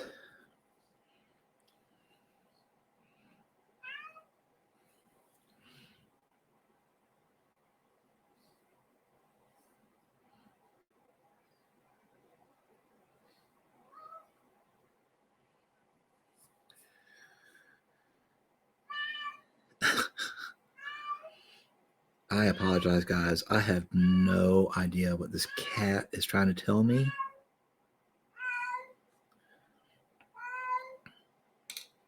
But he has been like this ever since I got home today.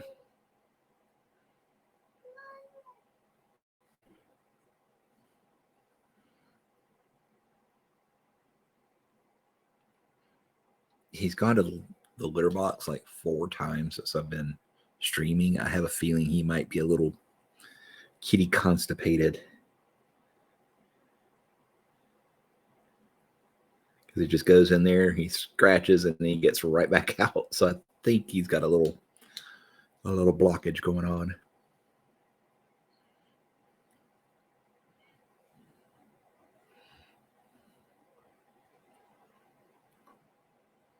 Show you the cat. Well, he's not within reaching range at the moment. He also, I mean, so many mean trees. You know, I mean, granted, you had trees where you're from, but probably not near as many pine trees, which is what we mostly have here.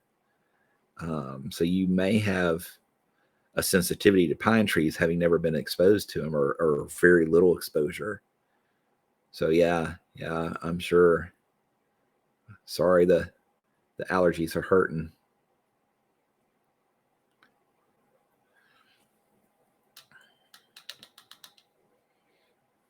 The internet is about cats. The internet is for cats. It really is. I mean, we have proven this in my stream. Everybody cares about the cat. The cat is the star, even though he doesn't appear on camera that often, but he is the star when he does.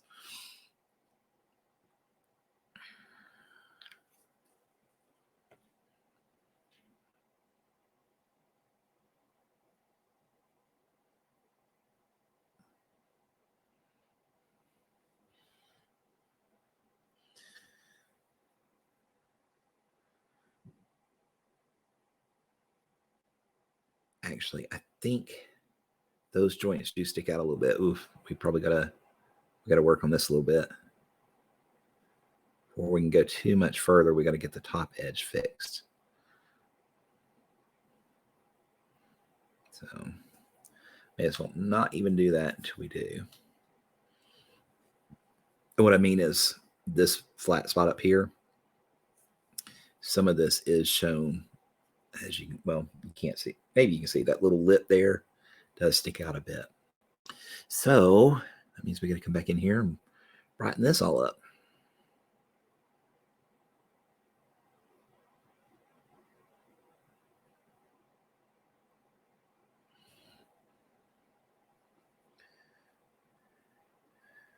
You saw the stray cat this morning? Oh, okay. Well, good. I'm glad it's still around. It may not be stray. I mean, as well fed as it was, either it's got a lot of adopted families that feed it, or it's one that's kept indoors mostly by a family that feeds it, and it just occasionally escapes. But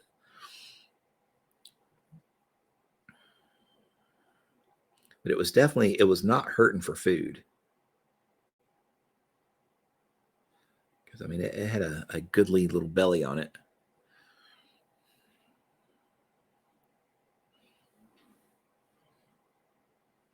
Well, that's true. That's true. It is pretty skittish. Yeah. Maybe it went to a different apartment complex, that one um, across the creek or whatever, or across that embankment, whatever the hell you want to call that thing. That area, the one across the way.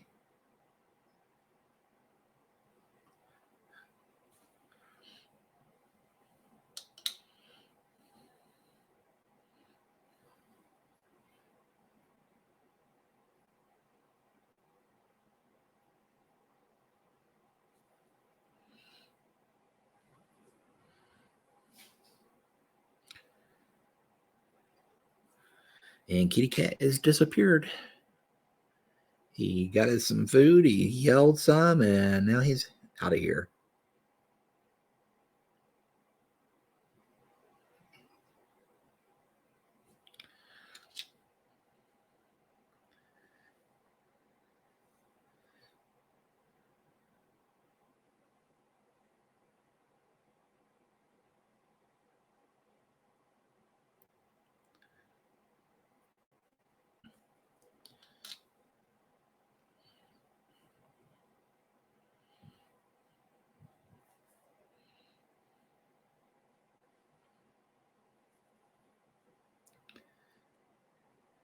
Okay.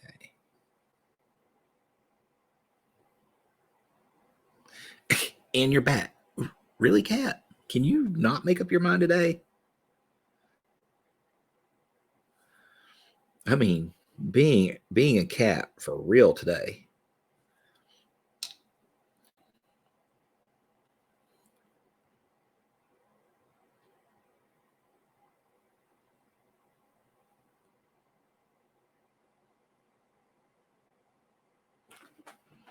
And there he goes again.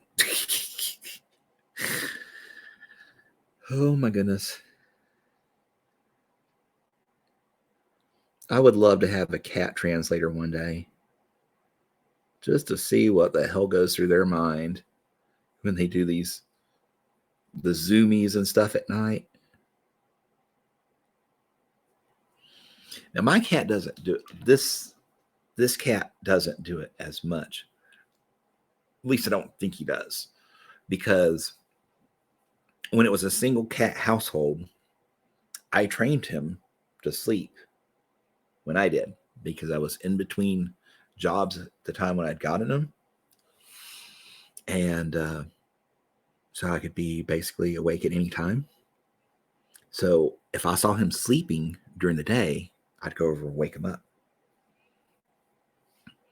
And I'd do that nonstop. And he'd get the most irritated looks at me. And eventually, he found that the only time he could sleep in peace was when I was sleeping. And so we're on the same, or at least we used to be on the same schedule. I don't know if we still are, but we used to be on the same sleep schedule, because it's the only time I'd leave him alone. But now that he has the basement to himself, I don't know if he still maintains that or not. I assume he does, because he's asleep when I get up and come feed him, and he's usually asleep when I come home. I assume he just sleeps through.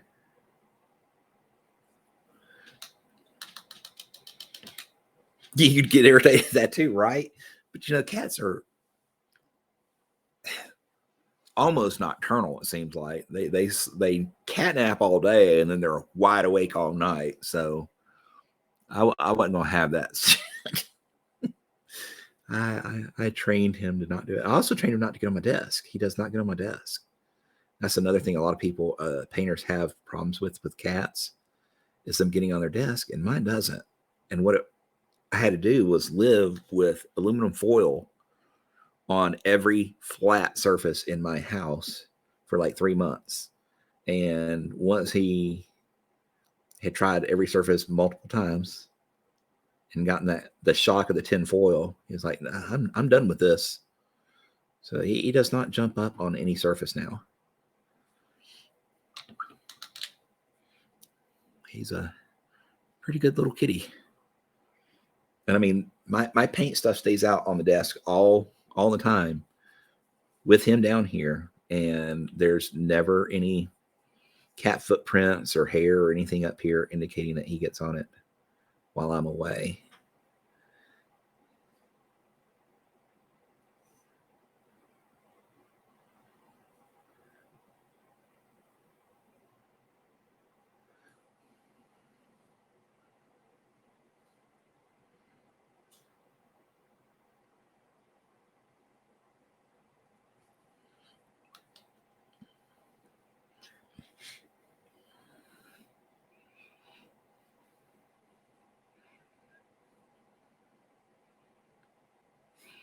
So a lot of people don't think you can train cats, but you definitely can train cats. Not as easily as dogs, but you can train them.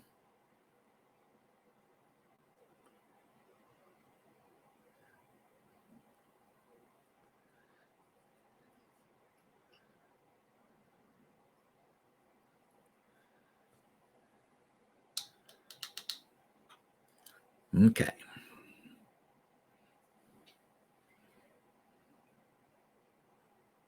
Do a little joint here.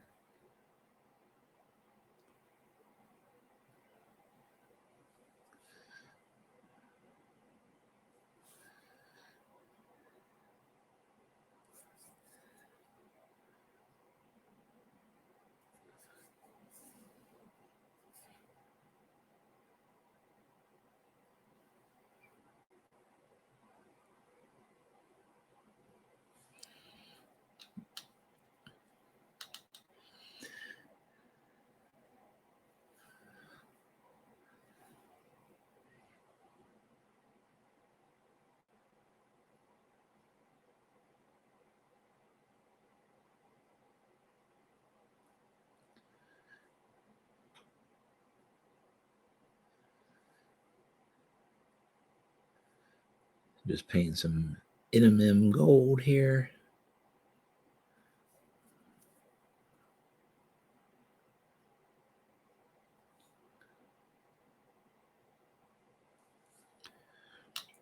And that little doodad.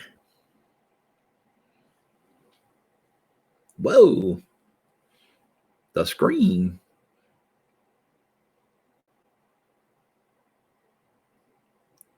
Wow. No problem. Caught my attention though, didn't it? I thought my monitor had a seizure there.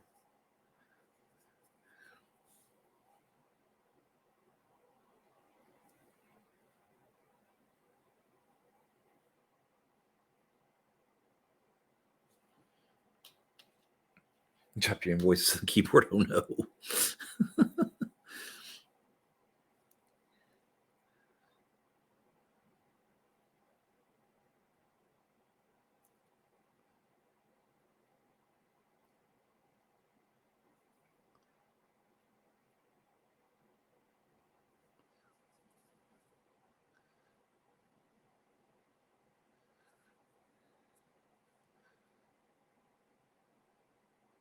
That inside edge there.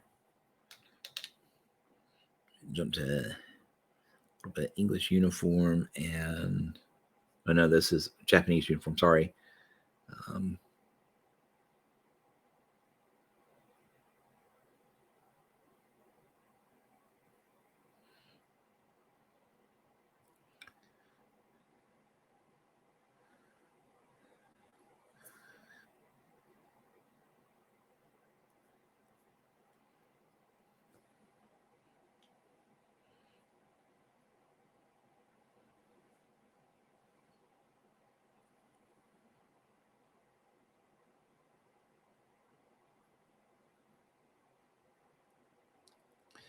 So has anybody here seen the new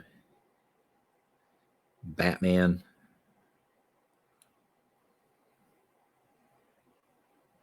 Or let me rephrase that. Is there anybody here from the Michael Keaton era that has seen the new Batman or the Christian Bale series? How does it stack up? Don't talk to me about the Clooney or oh God, what's his name?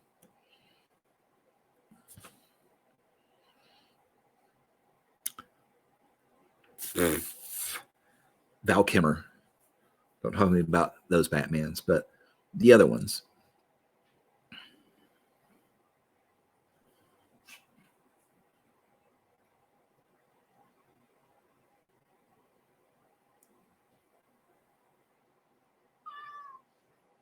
Mao, he says.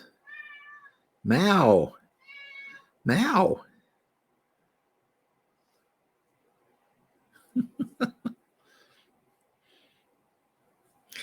That's what I've been hearing. I mean, I don't know. Twilight was really hard to watch. But it could have been that could all been on the director. I just assumed that, you know, constipated look on his face was his acting style. And it complemented Stewart's perfectly, but it could have been the director. Maybe it really was good. Or he was good. But anyways, I've been putting off seeing it because unfortunately saw him in Twilight movies and just couldn't imagine him playing. Couldn't imagine sparkly vampire boy playing the Dark Knight.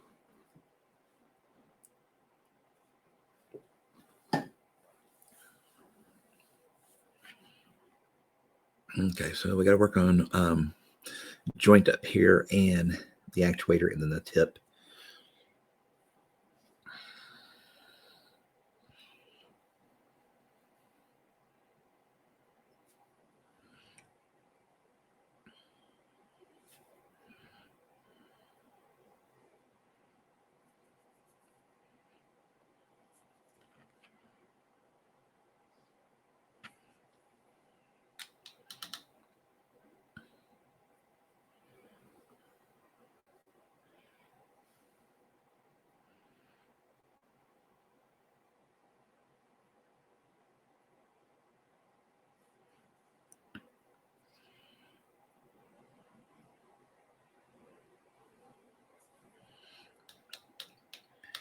Robert Pattinson has done a whole lot more than Twilight. It shows he's.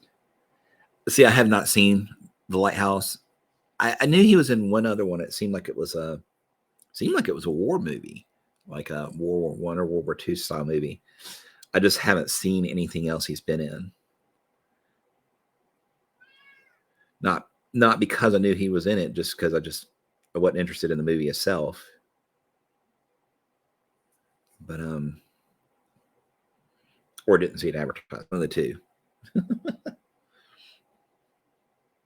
But that's good.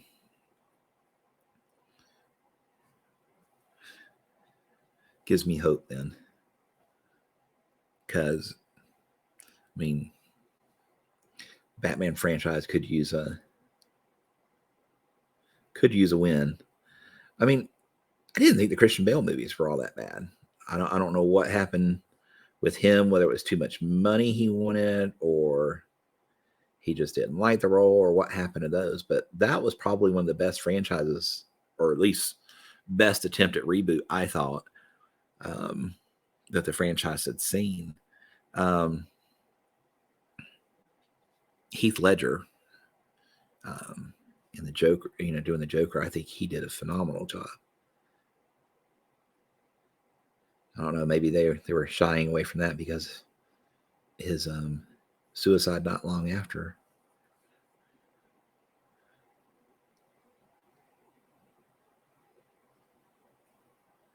Or afraid that would have affected the franchise. I don't know.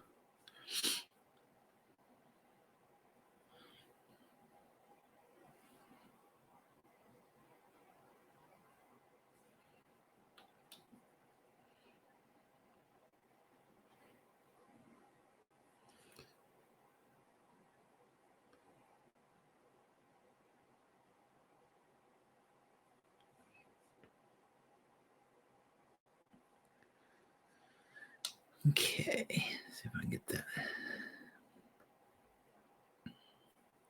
gray back where I want it.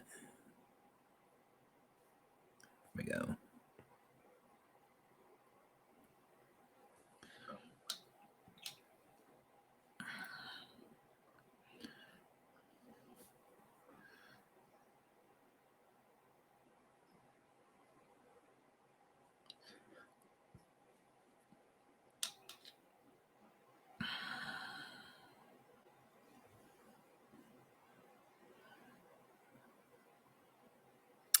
Well, that totally didn't go where I wanted it to. Hold on. We will fix this.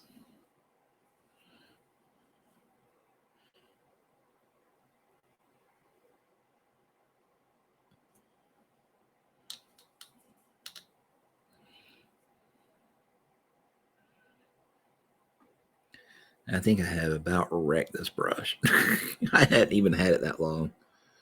It was not good to begin with. It had a bad guide hair on it. And I have decided to just destroy it, put metal metallics on it and everything like that.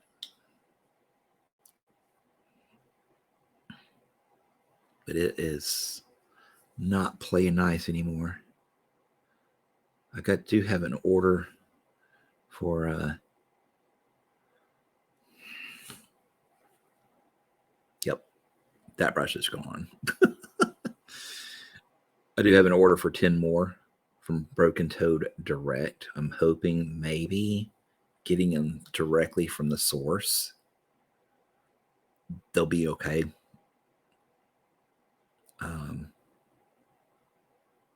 Because when I wrote them about getting them from a US vendor, and I said, I don't know if they're selling for seconds or if they're selling counterfeits or whatever, but every one of them I've gotten has just been horrible. And they seem genuinely shocked. So I'm assuming then they're counterfeit. So I'm gonna start buying direct again. I hate to do it because the shipping is ridiculous. It's $23 to ship here for a single brush, or 100 brushes. It doesn't matter. It's just $23. So I'm ordering 10 brushes to make that $25 shipping halfway worthwhile. Hey, McBluff, welcome back. Mal,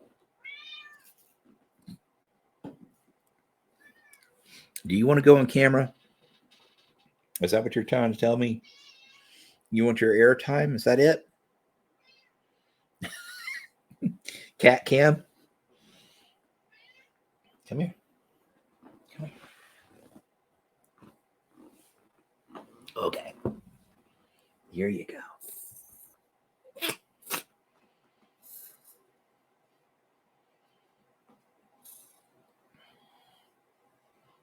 There's a kitty cat. Look at that belly, guys. Can you see that belly? Oops. Oh, look at that belly. Is that okay? You there okay for a second? Okay. Yes. I know. You're happy now. Mm-hmm.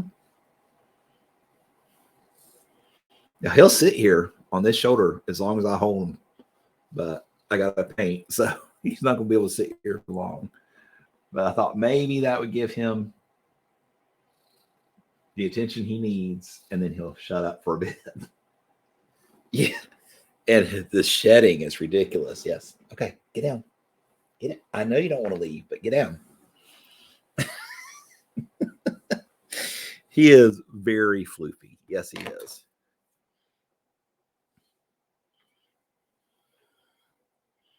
So that's Pet Stormy, Cat Stormy, the noisiest cat around.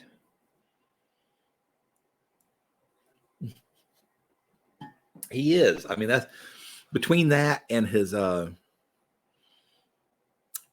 Princess and the Pea vibe for sleeping arrangements. Like, he picks the softest, thickest, fluffiest possible thing he can find to sleep on.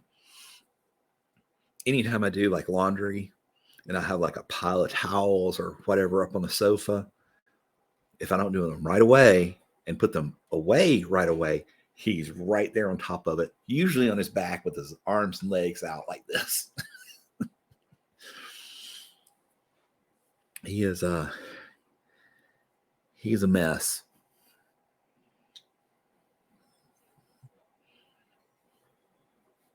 Mm-hmm.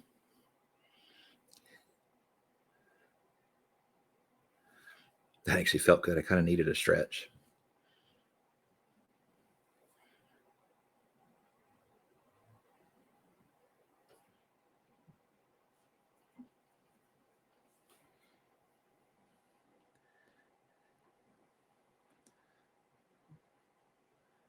I think that's got that. Let's go ahead and block this area in too.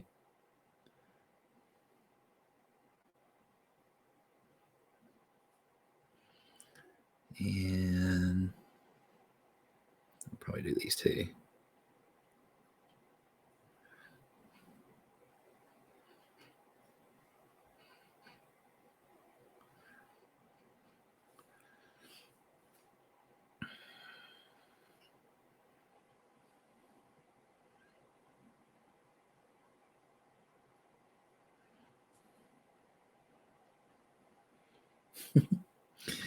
I don't know if you noticed the views jump up when I showed the cat. That's freaking hilarious. The cat really is the star of the show.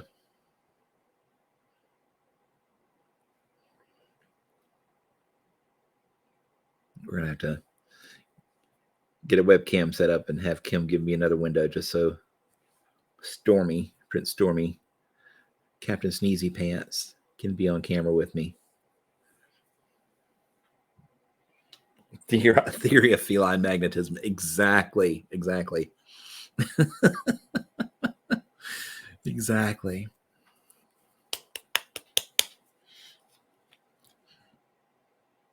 That was hilarious, actually.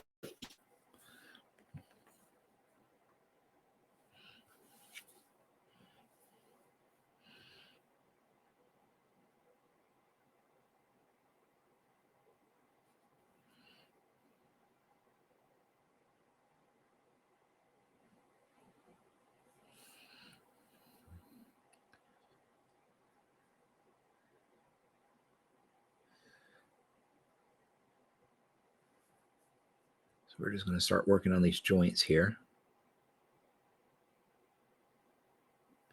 Good thing is they don't have to be like uber smooth.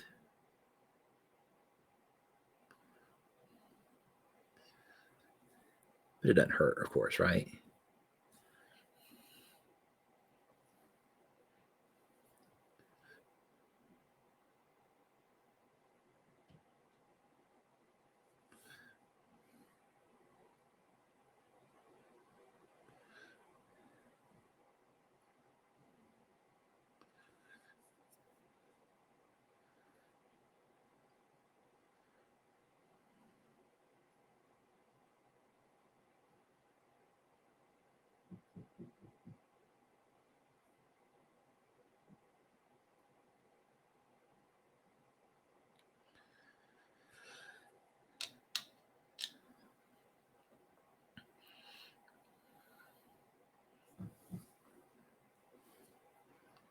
I may come down just a wee bit further on that one.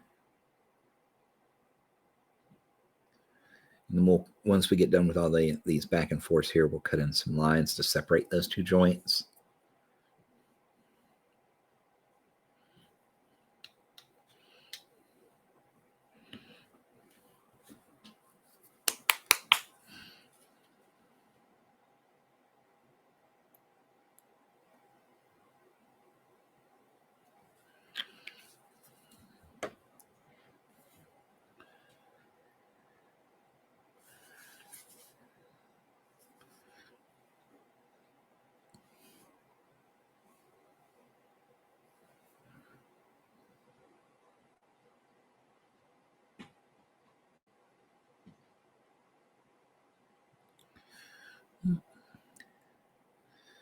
More than that, a little more opacity.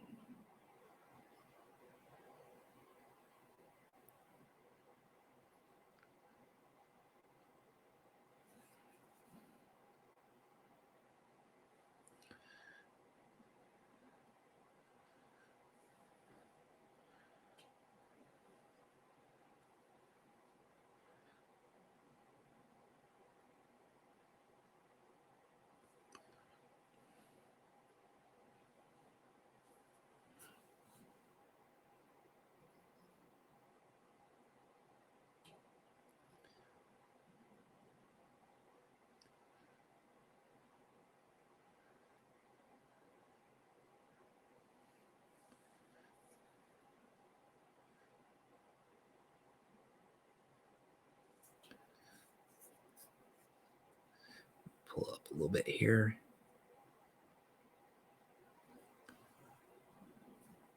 A little bit here.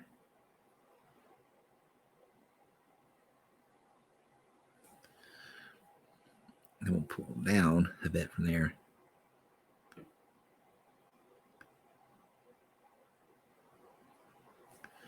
A little in between.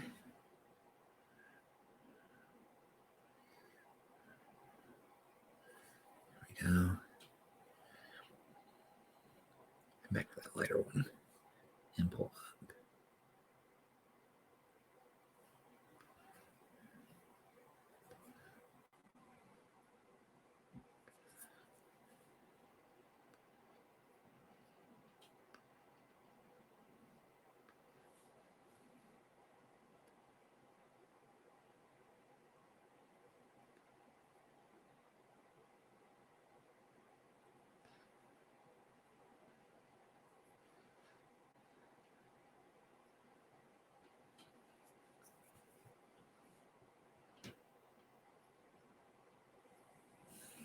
Okay.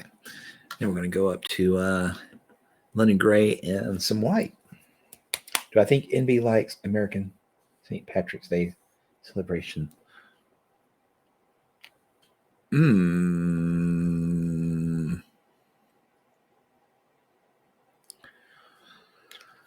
For some reason, I have in my head that Envy is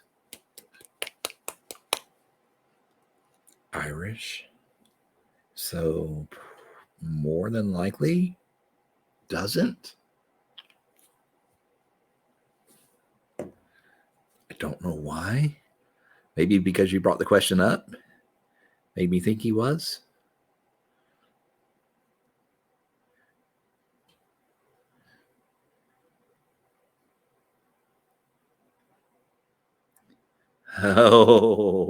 Oh, you're going for a joke. And I'm sitting there trying to think about it logically. Hey, yes, little screen. Yeah. Mm-hmm.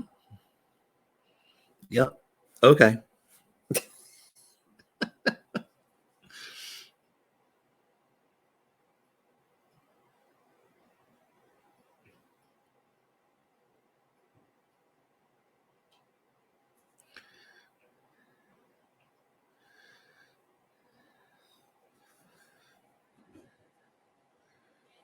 Terrible, but not terrible. Just I wasn't quite sure where you're going. I guess I thought you were going somewhere else with it.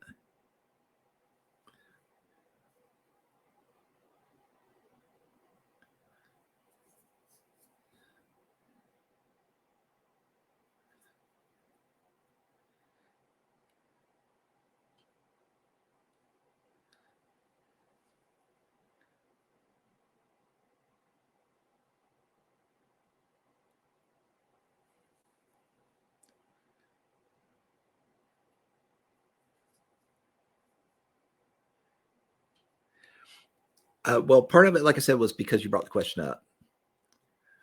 So I was thinking, there might be some sort of conflict here, you know, because there's a lot of times people talk about appropriation and stuff. So I wasn't sure if it was coming down to that or what, but it made me think for a second, and that just put enough of the doubt in my mind. I thought, well, maybe he might be Irish. He's also wearing a bowler hat, which, again, one of those things you see a lot in the movies from the time period. Of course, a lot of people wore bowler hats, not just Irish, but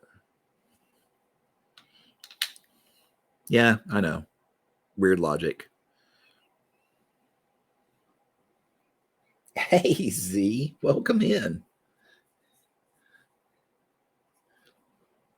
Boss was mean to you today, huh? Wouldn't let you watch until now.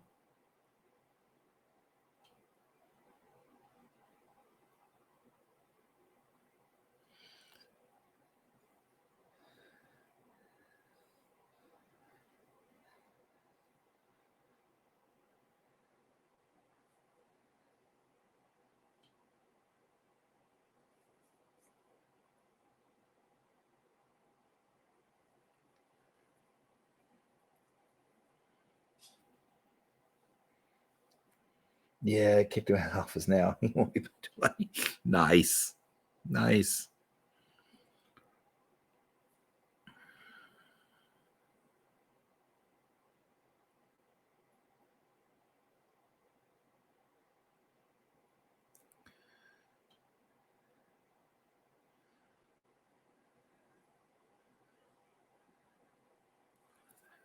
Okay.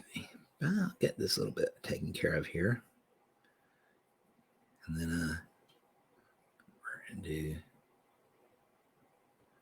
that right there. Catch the edge a bit.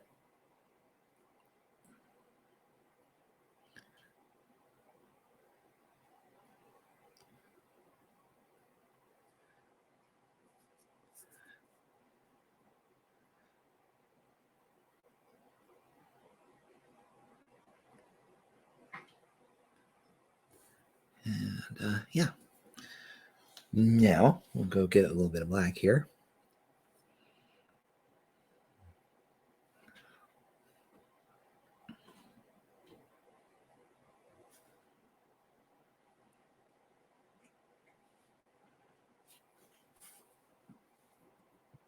And we'll draw the separations back in again.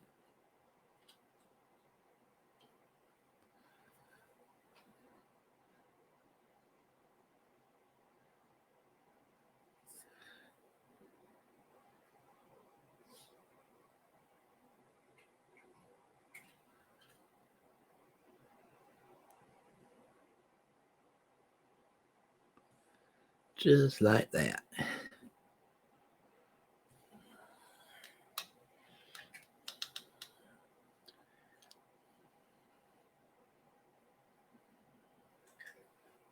It's interesting. I noticed the way his leg is posed is actually a little different. This one is more open at the joint. I think we're going to be actually redoing these other two legs tonight because I think these look better than the original ones do.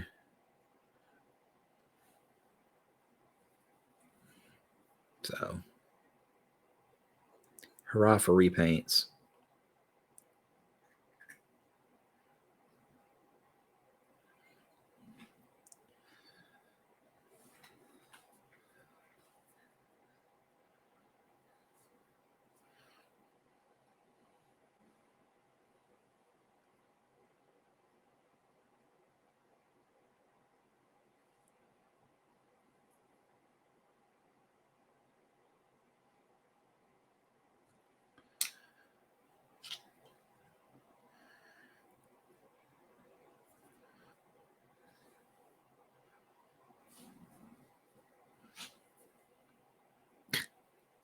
Kitty cat, you sure make a lot of noise.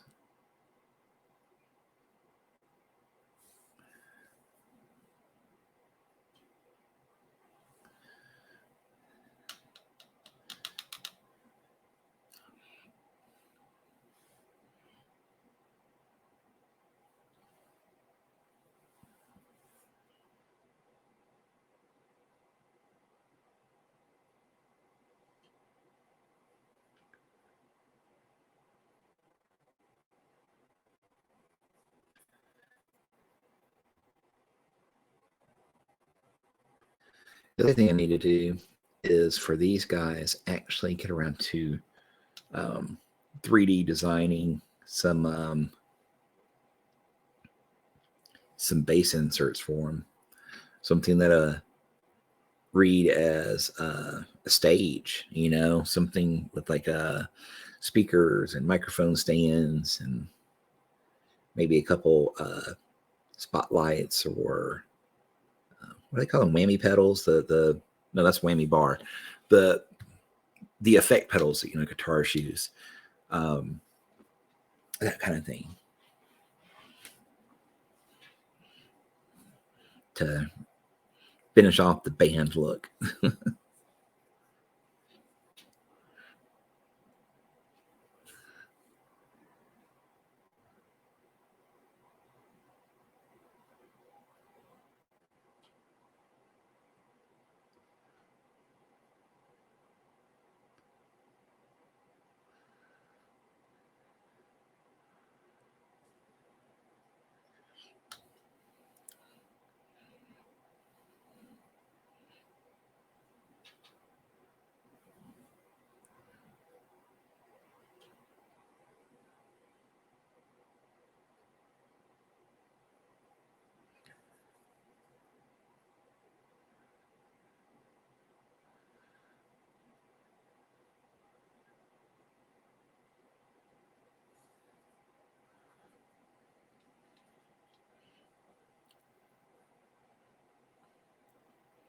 Okay, I'll go a little white in here. And pop a highlight here.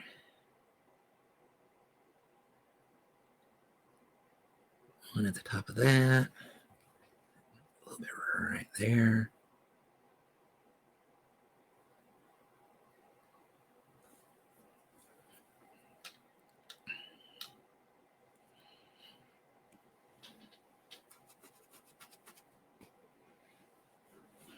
And then we'll start working on the sides of these here.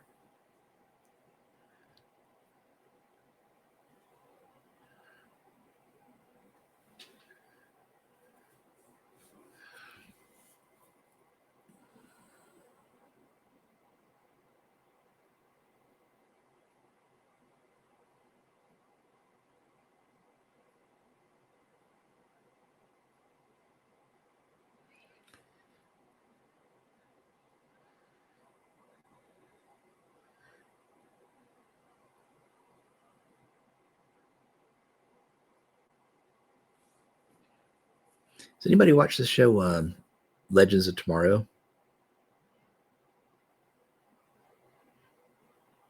I just finished up season 7, I think.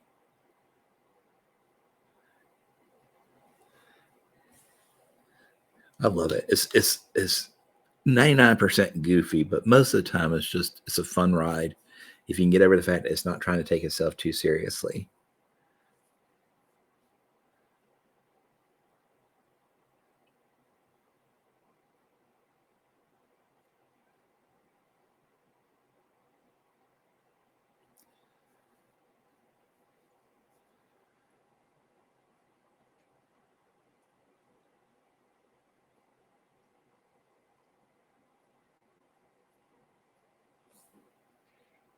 DC, yeah, it's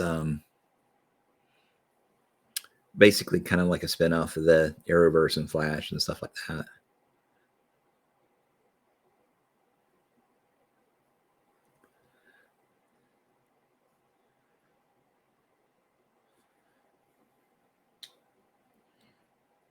Like I said, I enjoy it. It's a guilty pleasure.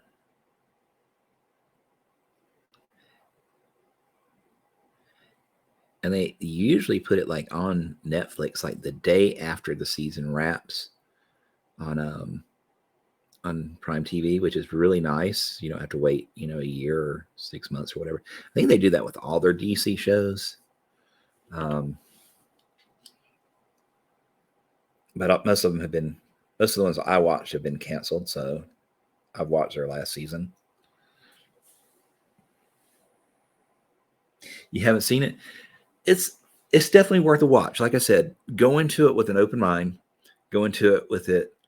It's not going to take itself too seriously. First season's not too bad.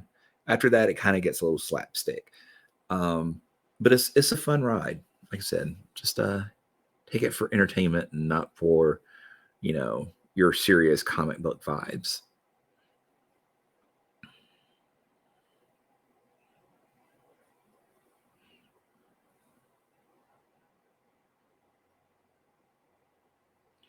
That's one of the things about being a Marvel person is I can watch DC shows and just not tear them apart because I don't know the lore. I don't know what happened. I mean, I know like your big ones like Superman, Batman, that kind of thing. I know most of those, their origin stories and stuff. But like everybody else, I don't know who that is. Is that the way it went? Sure, okay, I'm down with it.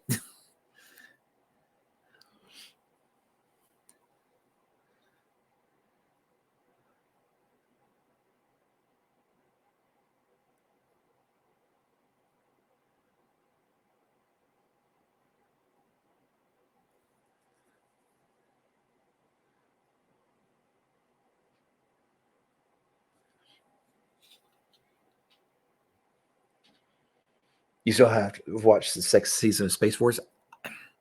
That was a good one. That was a surprisingly good show. Um, yeah, I mean, it was had some slapstick to it, but it was also just I don't know. It was a good. Good romp.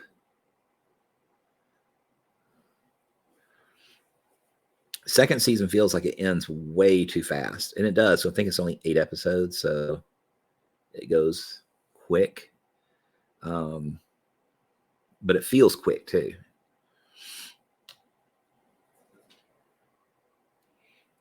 You like how they did Captain Cold, his casting for MCU level perfect. Really? That's cool. I did not know that. I did enjoy his character. I kind of like Mac too, the one with the heat gun, or Rory, not Mac. The one with the heat gun. I can't think of his name.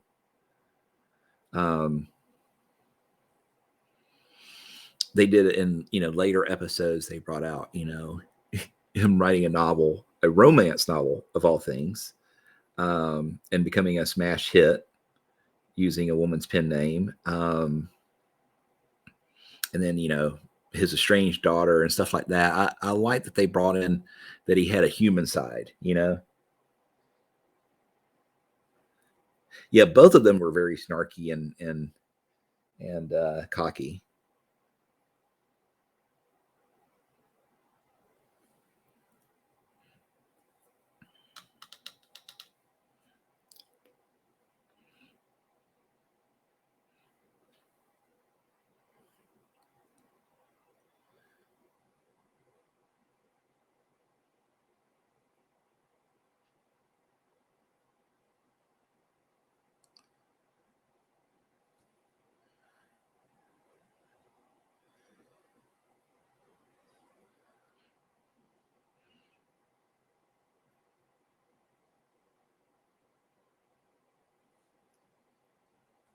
I think one of the cool things. Now, I don't want to spoil it a whole lot, but season 7 they have one episode where you see all the legends, everybody that came before, and all the new ones all together at the same time, which I think was really cool.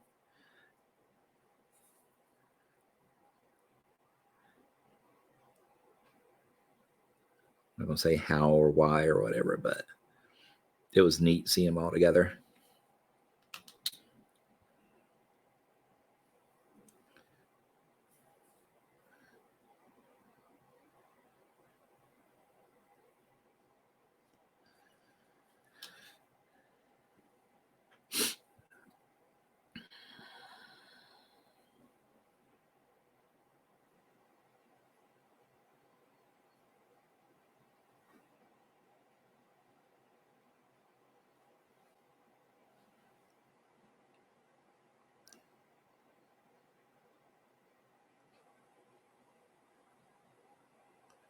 I got so much water and I can't even see it. It's just like transparent. Let's see if we can get that cut in again.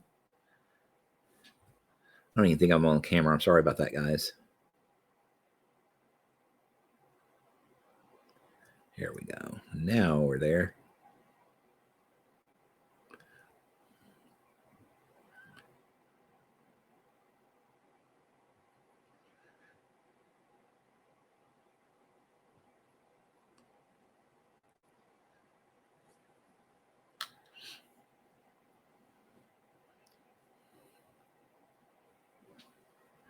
Okay. Got a little smidge right there.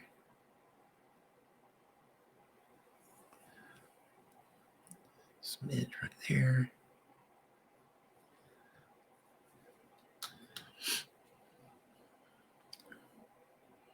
Now we're going to come in and work on that cylinder a little bit. Get another drop of black here.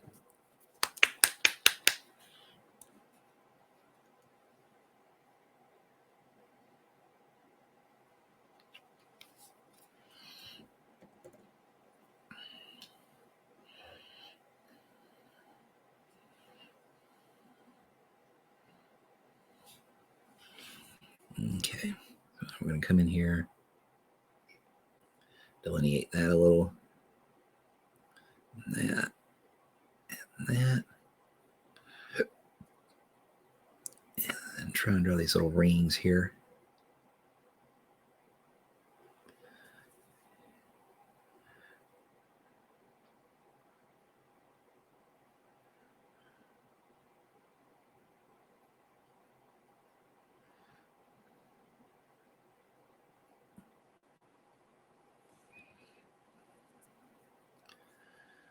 Okay.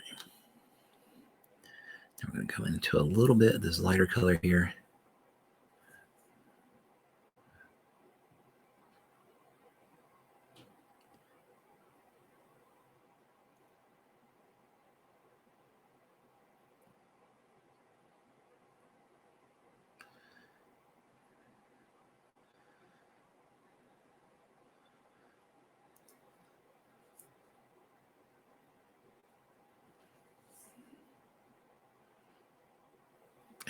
Thumbs in the way. And that's not where I wanted it.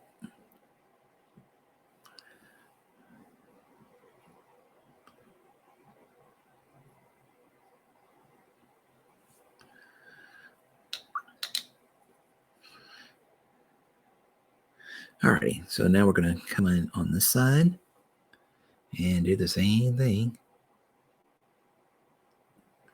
A little bit of a sheen there.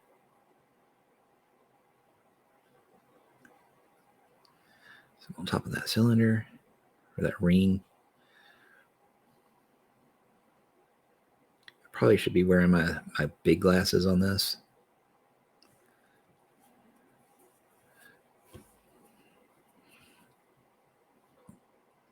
We're just making do.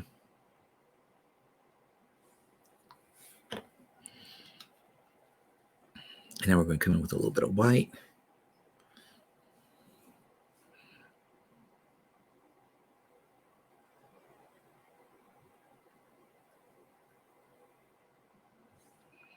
And accentuate those a little.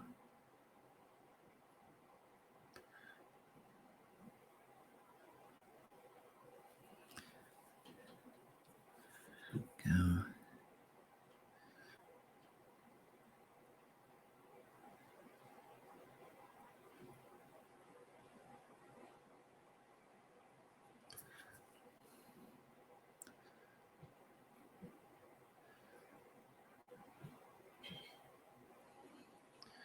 I'm going to clean that just a tad.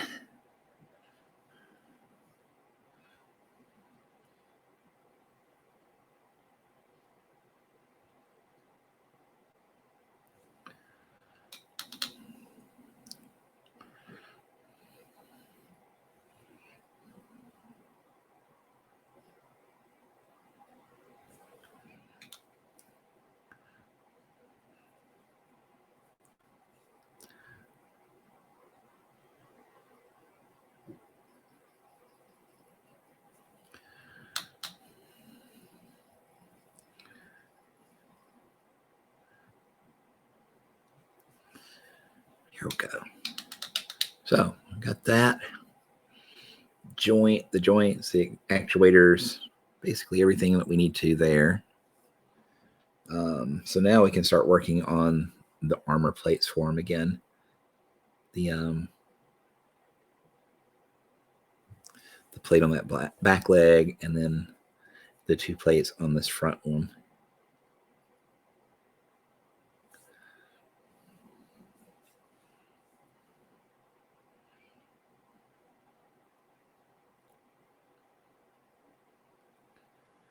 Here we go. That was what I wanted.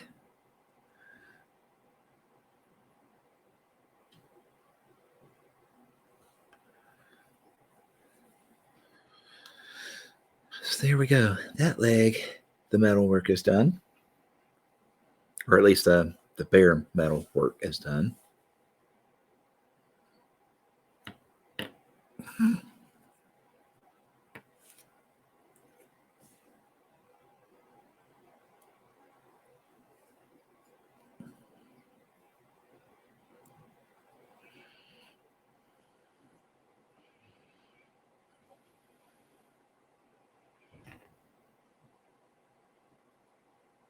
Okay. Yeah, I definitely like I like the lighting better on these than the old side. I think I'll actually go back and redo them. I do wish we could get a clear picture. So you see it looks a lot better in person. All right. So let's work on this plate next.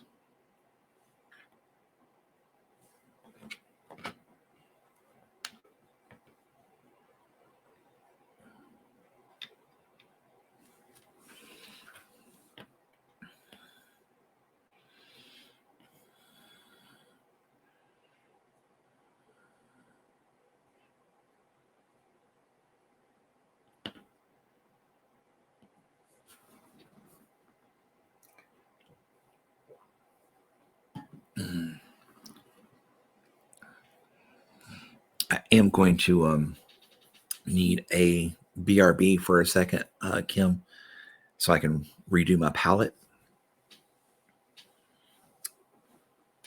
If you're here.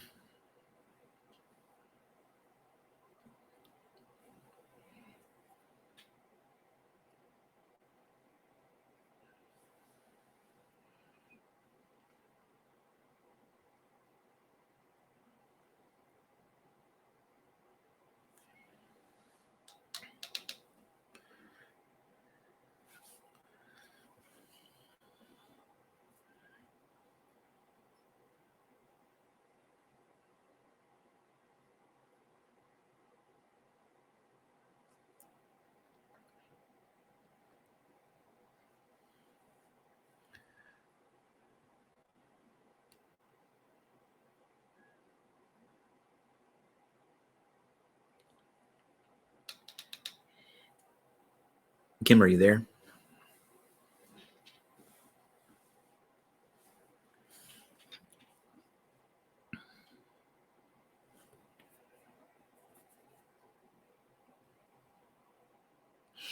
I need a BRB screen so I can go clean my palette off real quick.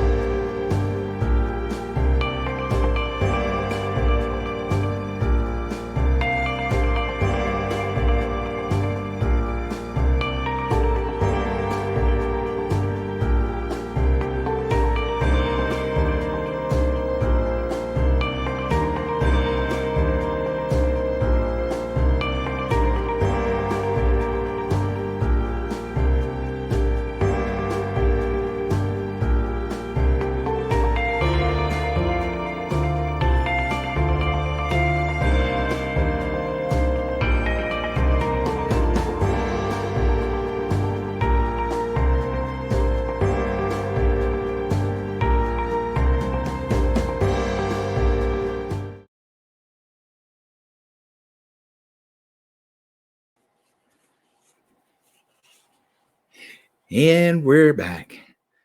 Sorry about that quick little break, guys. I had to get my palette clean. It was a wreck from all those grays going all over the place. So now we're going to work on some black blue or blue black or whatever the hell you want to call it. A black with a blue in it.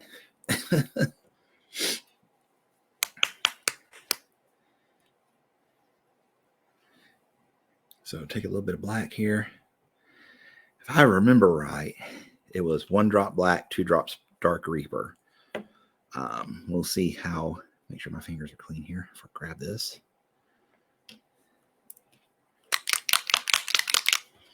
and we'll go from there.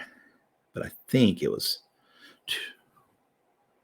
2-1 or 1-2, whatever. It was 2 Reaper, 1 black.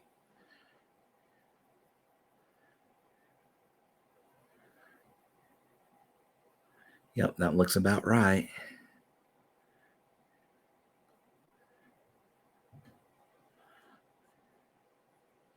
All right.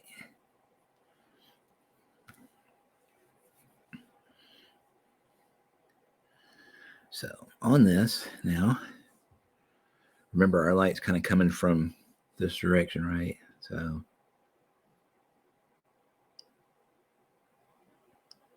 here, knock this in real quick.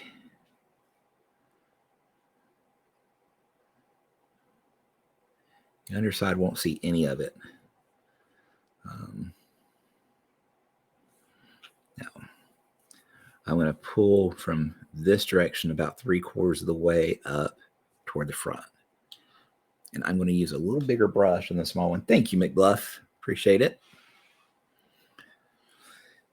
That palette was a wreck.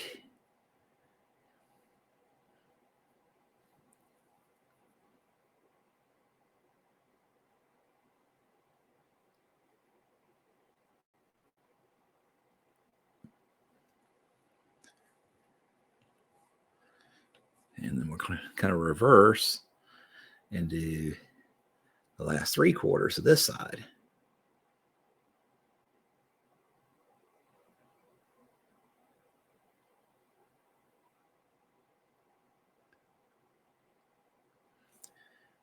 All right.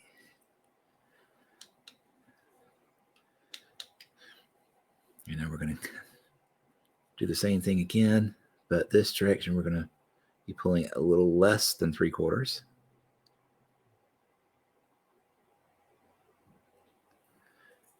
And we'll have to wait for that to dry.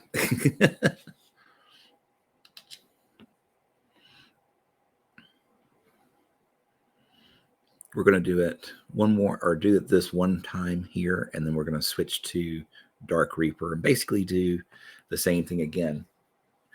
Smaller, shorter sections, basically concentrating the pigment more and more until it's a more intense coloration of that blue. We can go ahead and bring some down here as well. A second coat.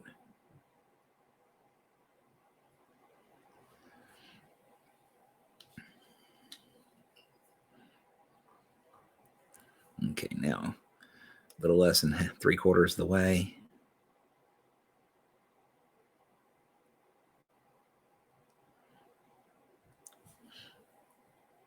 Okay, now we're going to go straight Dark Reaper.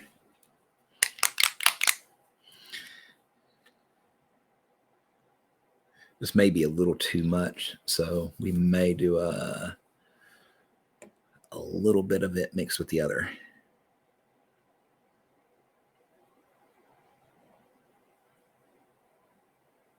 Yeah.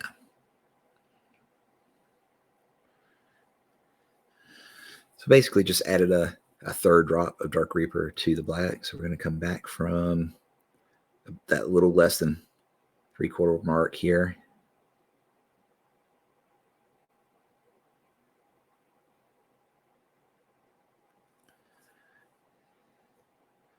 And from about midway in the curve there.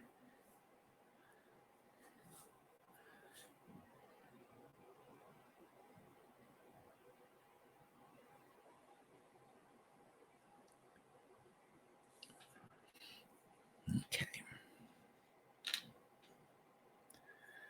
Little anecdote today. I can't watch a lyric music video on YouTube because automated age restriction. It's cursing, and that's the only reason I can think of. But what I find out hilarious is that YouTube automates playlists too, using songs people listen to, and this song was in the playlist called Children's Music. That's pretty funny. Problem with that is that person can probably get hit with a COPA infraction later on if they're quote catering to young people and have adult material in there, they can get hit with I think it's $58,000 fine. And this can go for anything from like, what's in the title, for children or whatever, to colorations that you use. Like if you use bright and bold colors, you can get slapped with it. Just some seriously stupid regulations that are currently going on.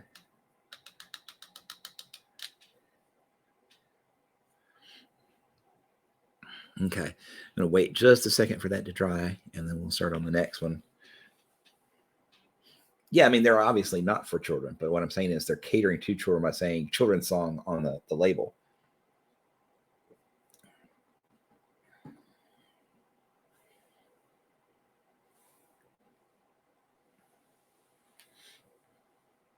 Was it a YouTube playlist or a user created playlist?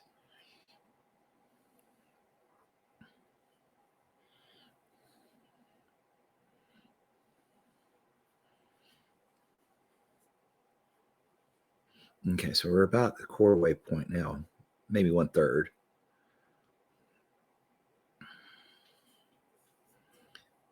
And we're just going to catch right there.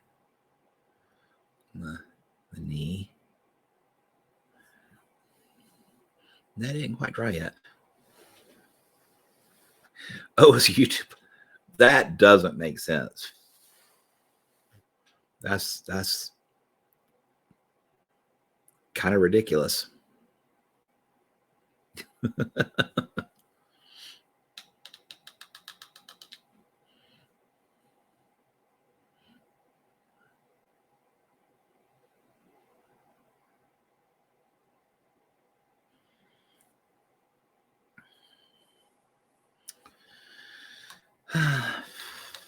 Hurry up, wait to dry. Hurry up, wait to dry. Their playlist can be intriguing to say the least. I'd say so.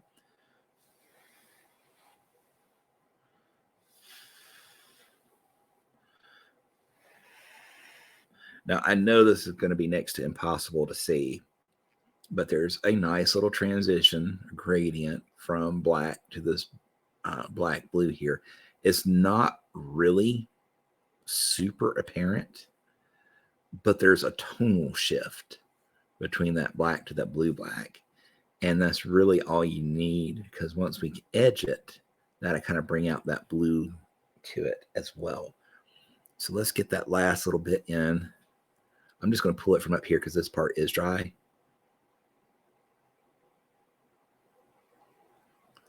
Maybe get the kneecap part.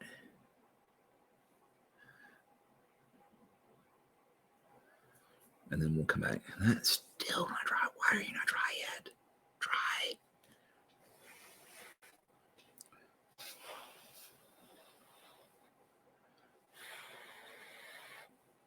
I'm about to crank the airbrush up and dry that off.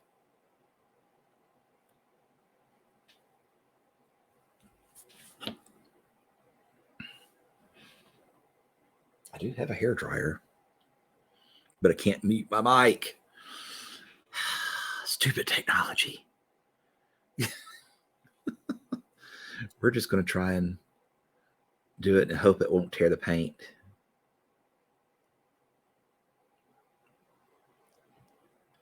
It tore it, but not too bad. I think we're okay. Okay, so now we'll get into the edging portion.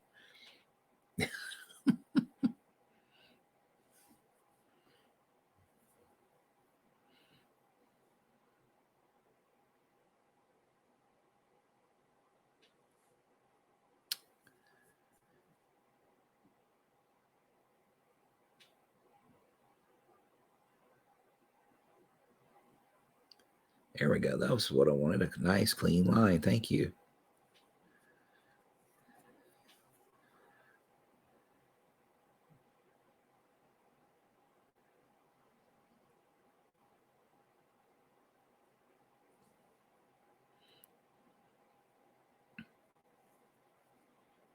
We are getting very close to the end, folks.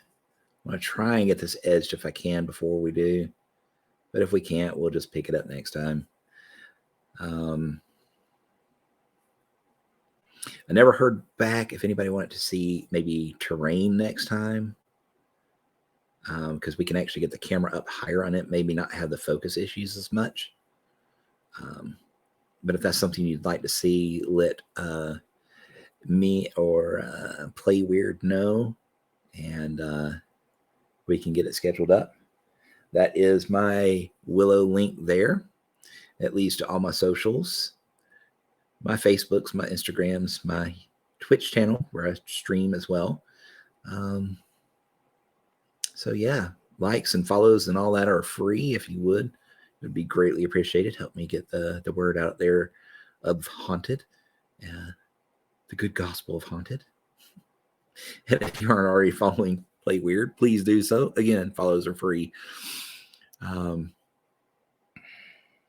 Terrain could be fun. Yeah. Okay. Well, maybe we'll do that. Maybe we'll do terrain next week, and we'll finish this off camera.